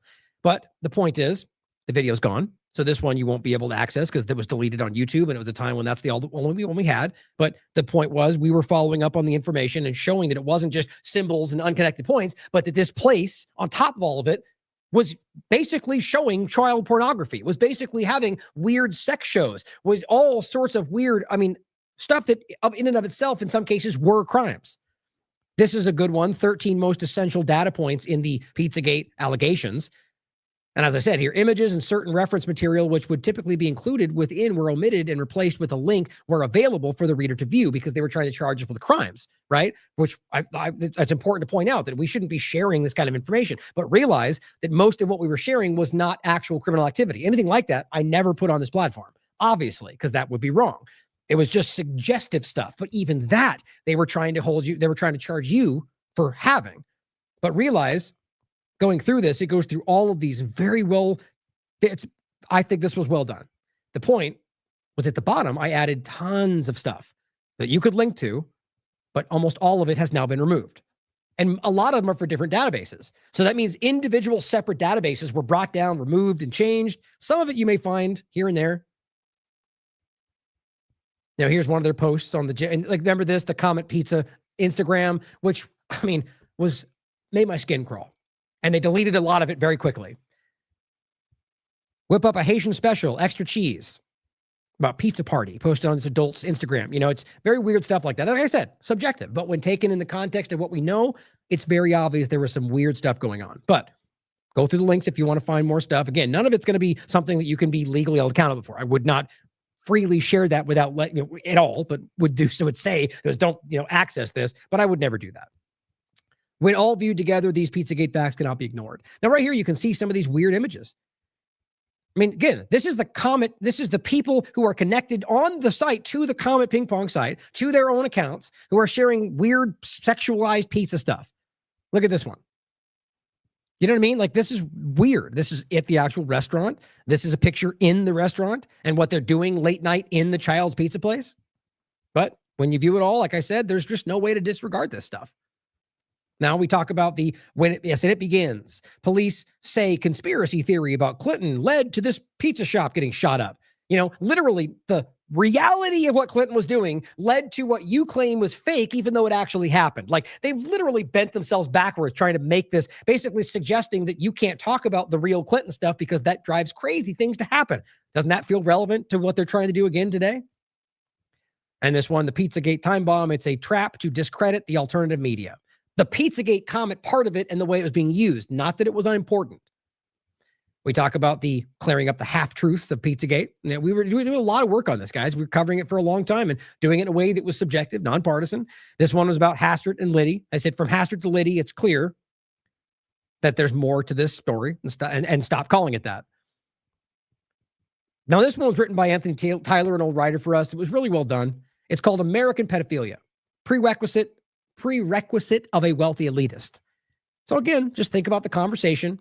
2015, we put this out, and about the deeper discussion about a wealthy elitist in this country, as his argument, a prerequisite of a wealthy elitist would be pedophilia. Now, he's not arguing every wealthy elitist, but it was simply making that point, that there is an overlap. The Franklin cover-up, all these different discussions, conspiracy of silence is the image he used. And same thing, all the images you could check for yourself. And then really to stand back, and this one was a 2016, understanding evil. From globalism to Pizzagate. Kind of wrapping this back around at the beginning, there is a larger connection when you think about what this was being used to orchestrate, at least as I see it. I think that's worth considering. So lastly, just to highlight some of the people out there, this one is so interesting to me. Nicholas Fuentes was 30 seconds ago telling you Epstein's a cool guy, you're misrepresenting it, and then was basically on the other side of it saying, like, the U.S. should just, militarily control the world, or I'm just sentiment-wise, he was saying something like, just take over everything, or what. I don't want to claim his words exactly. It's paraphrasing, but I pointed to it. We saw it. He was out there going like, screw this. Let's just take over. Okay, so let me understand this. One, you're saying Epstein was cool or whatever you were doing. Now that we have the information about the lies, he comes out and goes, never forget that Donald Trump and his Department of Justice both said that the Epstein files didn't exist. Okay. And he goes, they lied and they're hiding stuff. Oh, well, I happen to agree. But so what are you saying here? That you want them to rule the world and militarily take over everything? Or do you suddenly change that opinion because they're lying to you like they have every other day of our lives? Or the idea that you said he was a cool guy. So why do you suddenly care that they're hiding this from you? Like, it's so obviously contrived, in my opinion. These people are out there whatever you think it is, whether they're being directed or whether they're just saying what they think will get, I don't know. But you can't be this, just insanely inconsistent with your points. It's just, I think it's tapping into whatever they can. 3.6 million views, right? That's what this is about. But just recognize the hypocrisy in all this. Or, as this person I was pointing out, I think this is actually pretty crazy. He came out and said 0 tweets from libs of TikTok on the new files. 0 tweets from DC Drano. Now, at the time he posted this, as I said, that was the case. And some of them still to this point. But the crazy thing was, at the point I showed this, there wasn't just no comments on Epstein. Some of them hadn't tweeted in 2 or 3 days. Like prolific tweeters. I just think that's insane. And this is libs of TikTok, most transparent. And I think that how revealing that is. The DC Drano and libs of TikTok and Kroken and all the rest of them took 2 days. Some of them haven't even yet really gotten in to talk about Epstein. Major MAGA people are like, look over there to UK. And then you don't have to talk about every story. But these were people telling you this was the most important story. And now that it goes the direction they don't like, they're like, la, la, la, la, I'm going to look at anything else. That's just incredibly sad. And somebody was following up on this too. Loves a TikTok. Popular video game Minecraft is indoctrinating children, they write on February 2nd. This person goes, and Zionists are promoting the death of innocent children in Gaza, yet you stay silent? Epstein, blank, nothing? I just said, that's a good question. Why are you not, clearly these people are pulling their punches. You just can't ignore that. Hopefully that influences people to recognize what they really are. DC Drano finally says something about Epstein and says, every new release of the Epstein files keeps proving Trump was never involved. Okay. It's just insane, the level of insanity, right? But he goes, accounts that try to make this about left or right are misleading or deceiving you. It's us versus the elite. Jeff says, I agree. Accounts that try to absolve Trump after he fought release at every step, and by the way, there's tons of evidence that say the opposite, are even worse. I agree. Accounts that minimize, normalize, or uncover for this horror can F off, he writes. I mean, come on, guys. These people should be embarrassed, but clearly they have no shame. They're going to keep doubling down because what else are they going to do? You know, what else are they going to do? You could be honest. That's a solution. Come out and be like, I was wrong. He misled us. Yeah. And then you'd probably get more support than ever. But these people don't seem to even be capable of that, let alone want to do that. But here's an example of somebody, Mia Joy, one of the typical supporters out there. You know, oh my God, this is as of what, today, right? Yesterday. The FBI says Adam Schiff that signed off on the leaking of the information in Russiagate. Lock him up. Get him. Okay. First of all, anything other than this big story we're all not going to talk about. But recognize this. When do you think he's going to be arrested, Mia?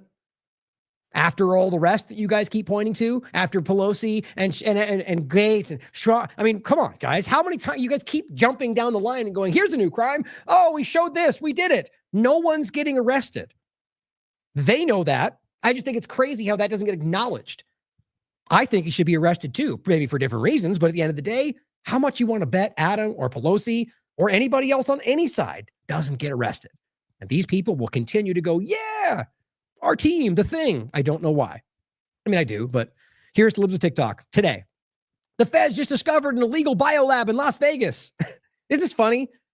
Hey, look at the COVID stuff. Look, probably even real. But the point, like last time, is let's not forget that weird China's lab they claimed with a hose coming out of the side of the wall. That was not what we were told. The idea that there wouldn't be some inside understanding, whether because of water flowing, because of I want to say resources. That's not the word I'm looking for. Utilities being used. Remember, the point was nobody knew anybody was there. Well, that's impossible. Somebody was providing services for the building. They were things that were in frozen, in freezers. Anyway, the point was these people were like, we knew it, China, and they're invading our country. And they just lied about it. They went along with the narrative it's supposed to be. So my point is, I wouldn't be surprised right now if this is exactly what's happening. But to me, that would suggest more likely that Trump and his team are involved with doing this, maybe in line with China. At the end of the day, like it started, was the same point. I'm going to get into a point coming up soon about the possibility of them using mRNA to defend this administration. But I just think it's insane with no post about Epstein, that this is what you're overly, the owner and property of this Chinese national who's previously arrested in connection to a illegal biolab in California. They found these pathogens. It's not unimportant. I just think it's an interesting time, and that this becomes the point. And how much you want to bet, just because it's my gut, this turns out to be something other than what they're claiming. But I am going to come back to this because I'm interested in what might be going on. But here's JD Vance, and as Pedro points out, hey, welcome back, man. Can we get an update on this Epstein conversation? He jumps back in yesterday. This after like basically nothing for a while, even though he's pretty prolific. This reminds me of when Margaret Brennan fact-checked me at the VP debate, so not related at all to the bigger conversation. Okay. And here he is on the 2021. What possible interest would the U.S. government have in keeping Epstein's clients secret? Yeah, good point, JD Vance, back when it was aimed at the other side. And he follows up and says, if you're a journalist and you're not asking this question about the case, then you should be ashamed of yourself. Right. And so he says, hey, welcome back. Can we talk about Epstein? How much you want to bet? Or I can tell you he's not. I mean, doesn't this in and of itself call this? Yes, it does. Nobody can't see that. Everybody can see what that shows you. Who knows what he's covering, but he's not engaging with it. So he's covering something. And here's Wall Street Apes on the first. Donald Trump just posted evidence the Democrats are stealing our elections for 2020. Yeah, they're going back there. Look at this old video from OAN about machines and stuff. Look over there. Now, I've always pointed out that there is criminal activity going around these elections. Every time, both sides, really, if you're going to be honest. But now, Wall Street Ape, now you're going to go look it over the 2020. I mean, come on, guys. I'm also going to follow up on a story about Gabbard and the election stealing conversation, probably tomorrow, if not the next day. But come on, guys. This is so clearly anything other than this massive story that should change the very fabric of our government understanding. But they don't want that to happen. So call it out. Pushed it out there. We're going to keep doing the same. The information's going to keep coming. Now, I can't promise that it's only, I mean, I can almost guarantee that it's not going to just be more Epstein things coming out, because even right now, I'm already kind of like, okay, like if it's important enough and I will make sure you see it. But right now, I start to get to the point to where past this, you're going to get, let's just say there's another email that says, I accuse Trump of being a rapist. Okay, that's important. All of it's important. But it no longer becomes like a day-to-day reporting for me when it's just like the thing we already reported the other day. So my reporting going forward will be about whether they do anything. And anything that's left that I think is relevant, and maybe that'll continue to be the case. Maybe day by day, we're going to get bombshells that need to be shown. But we need to be calling for accountability now, not once this all tapers down or once they release more. Now, if they really cared, if they were honest, there would already be people investigating and looking into these things right now. And maybe they are. I don't believe that. I think they've already told you that there's not any more investigation the last time and followed up again with Blanche. But we're going to keep calling it out. We're also going to follow up on the network state agenda, on ongoing mRNA manipulations that have never stopped. We're going to continue to follow up on any health-related conversations of dioxins and PFAS and whatever else is happening, other foreign policy conversations, the reality of what happens with Iran, the ongoing genocide that's taking place, the reality of what Syria ends up to be. We'll keep following these stories for you, because that's what we do. And as I said, by the way, we've been going through tons of different things, but my goal right now is to ramp up output, which there's different things happening that cause that to be an issue, but I promise you're going to see more content coming as a consistent ongoing force going forward. That's just working that forward right now with these different factors, including some of the stuff I still do it back here, but that's coming, guys. I mean, you'll see by the end of this month, we'll probably increased output by just my show. I don't know, a quarter I'm aiming for anyway, and then more from there. And hopefully more content, more articles, more work in general. So thank you for being here. Thank you for supporting this platform. We couldn't do this without you. I love you all. As always, question everything. Come to your own conclusions. Stay vigilant.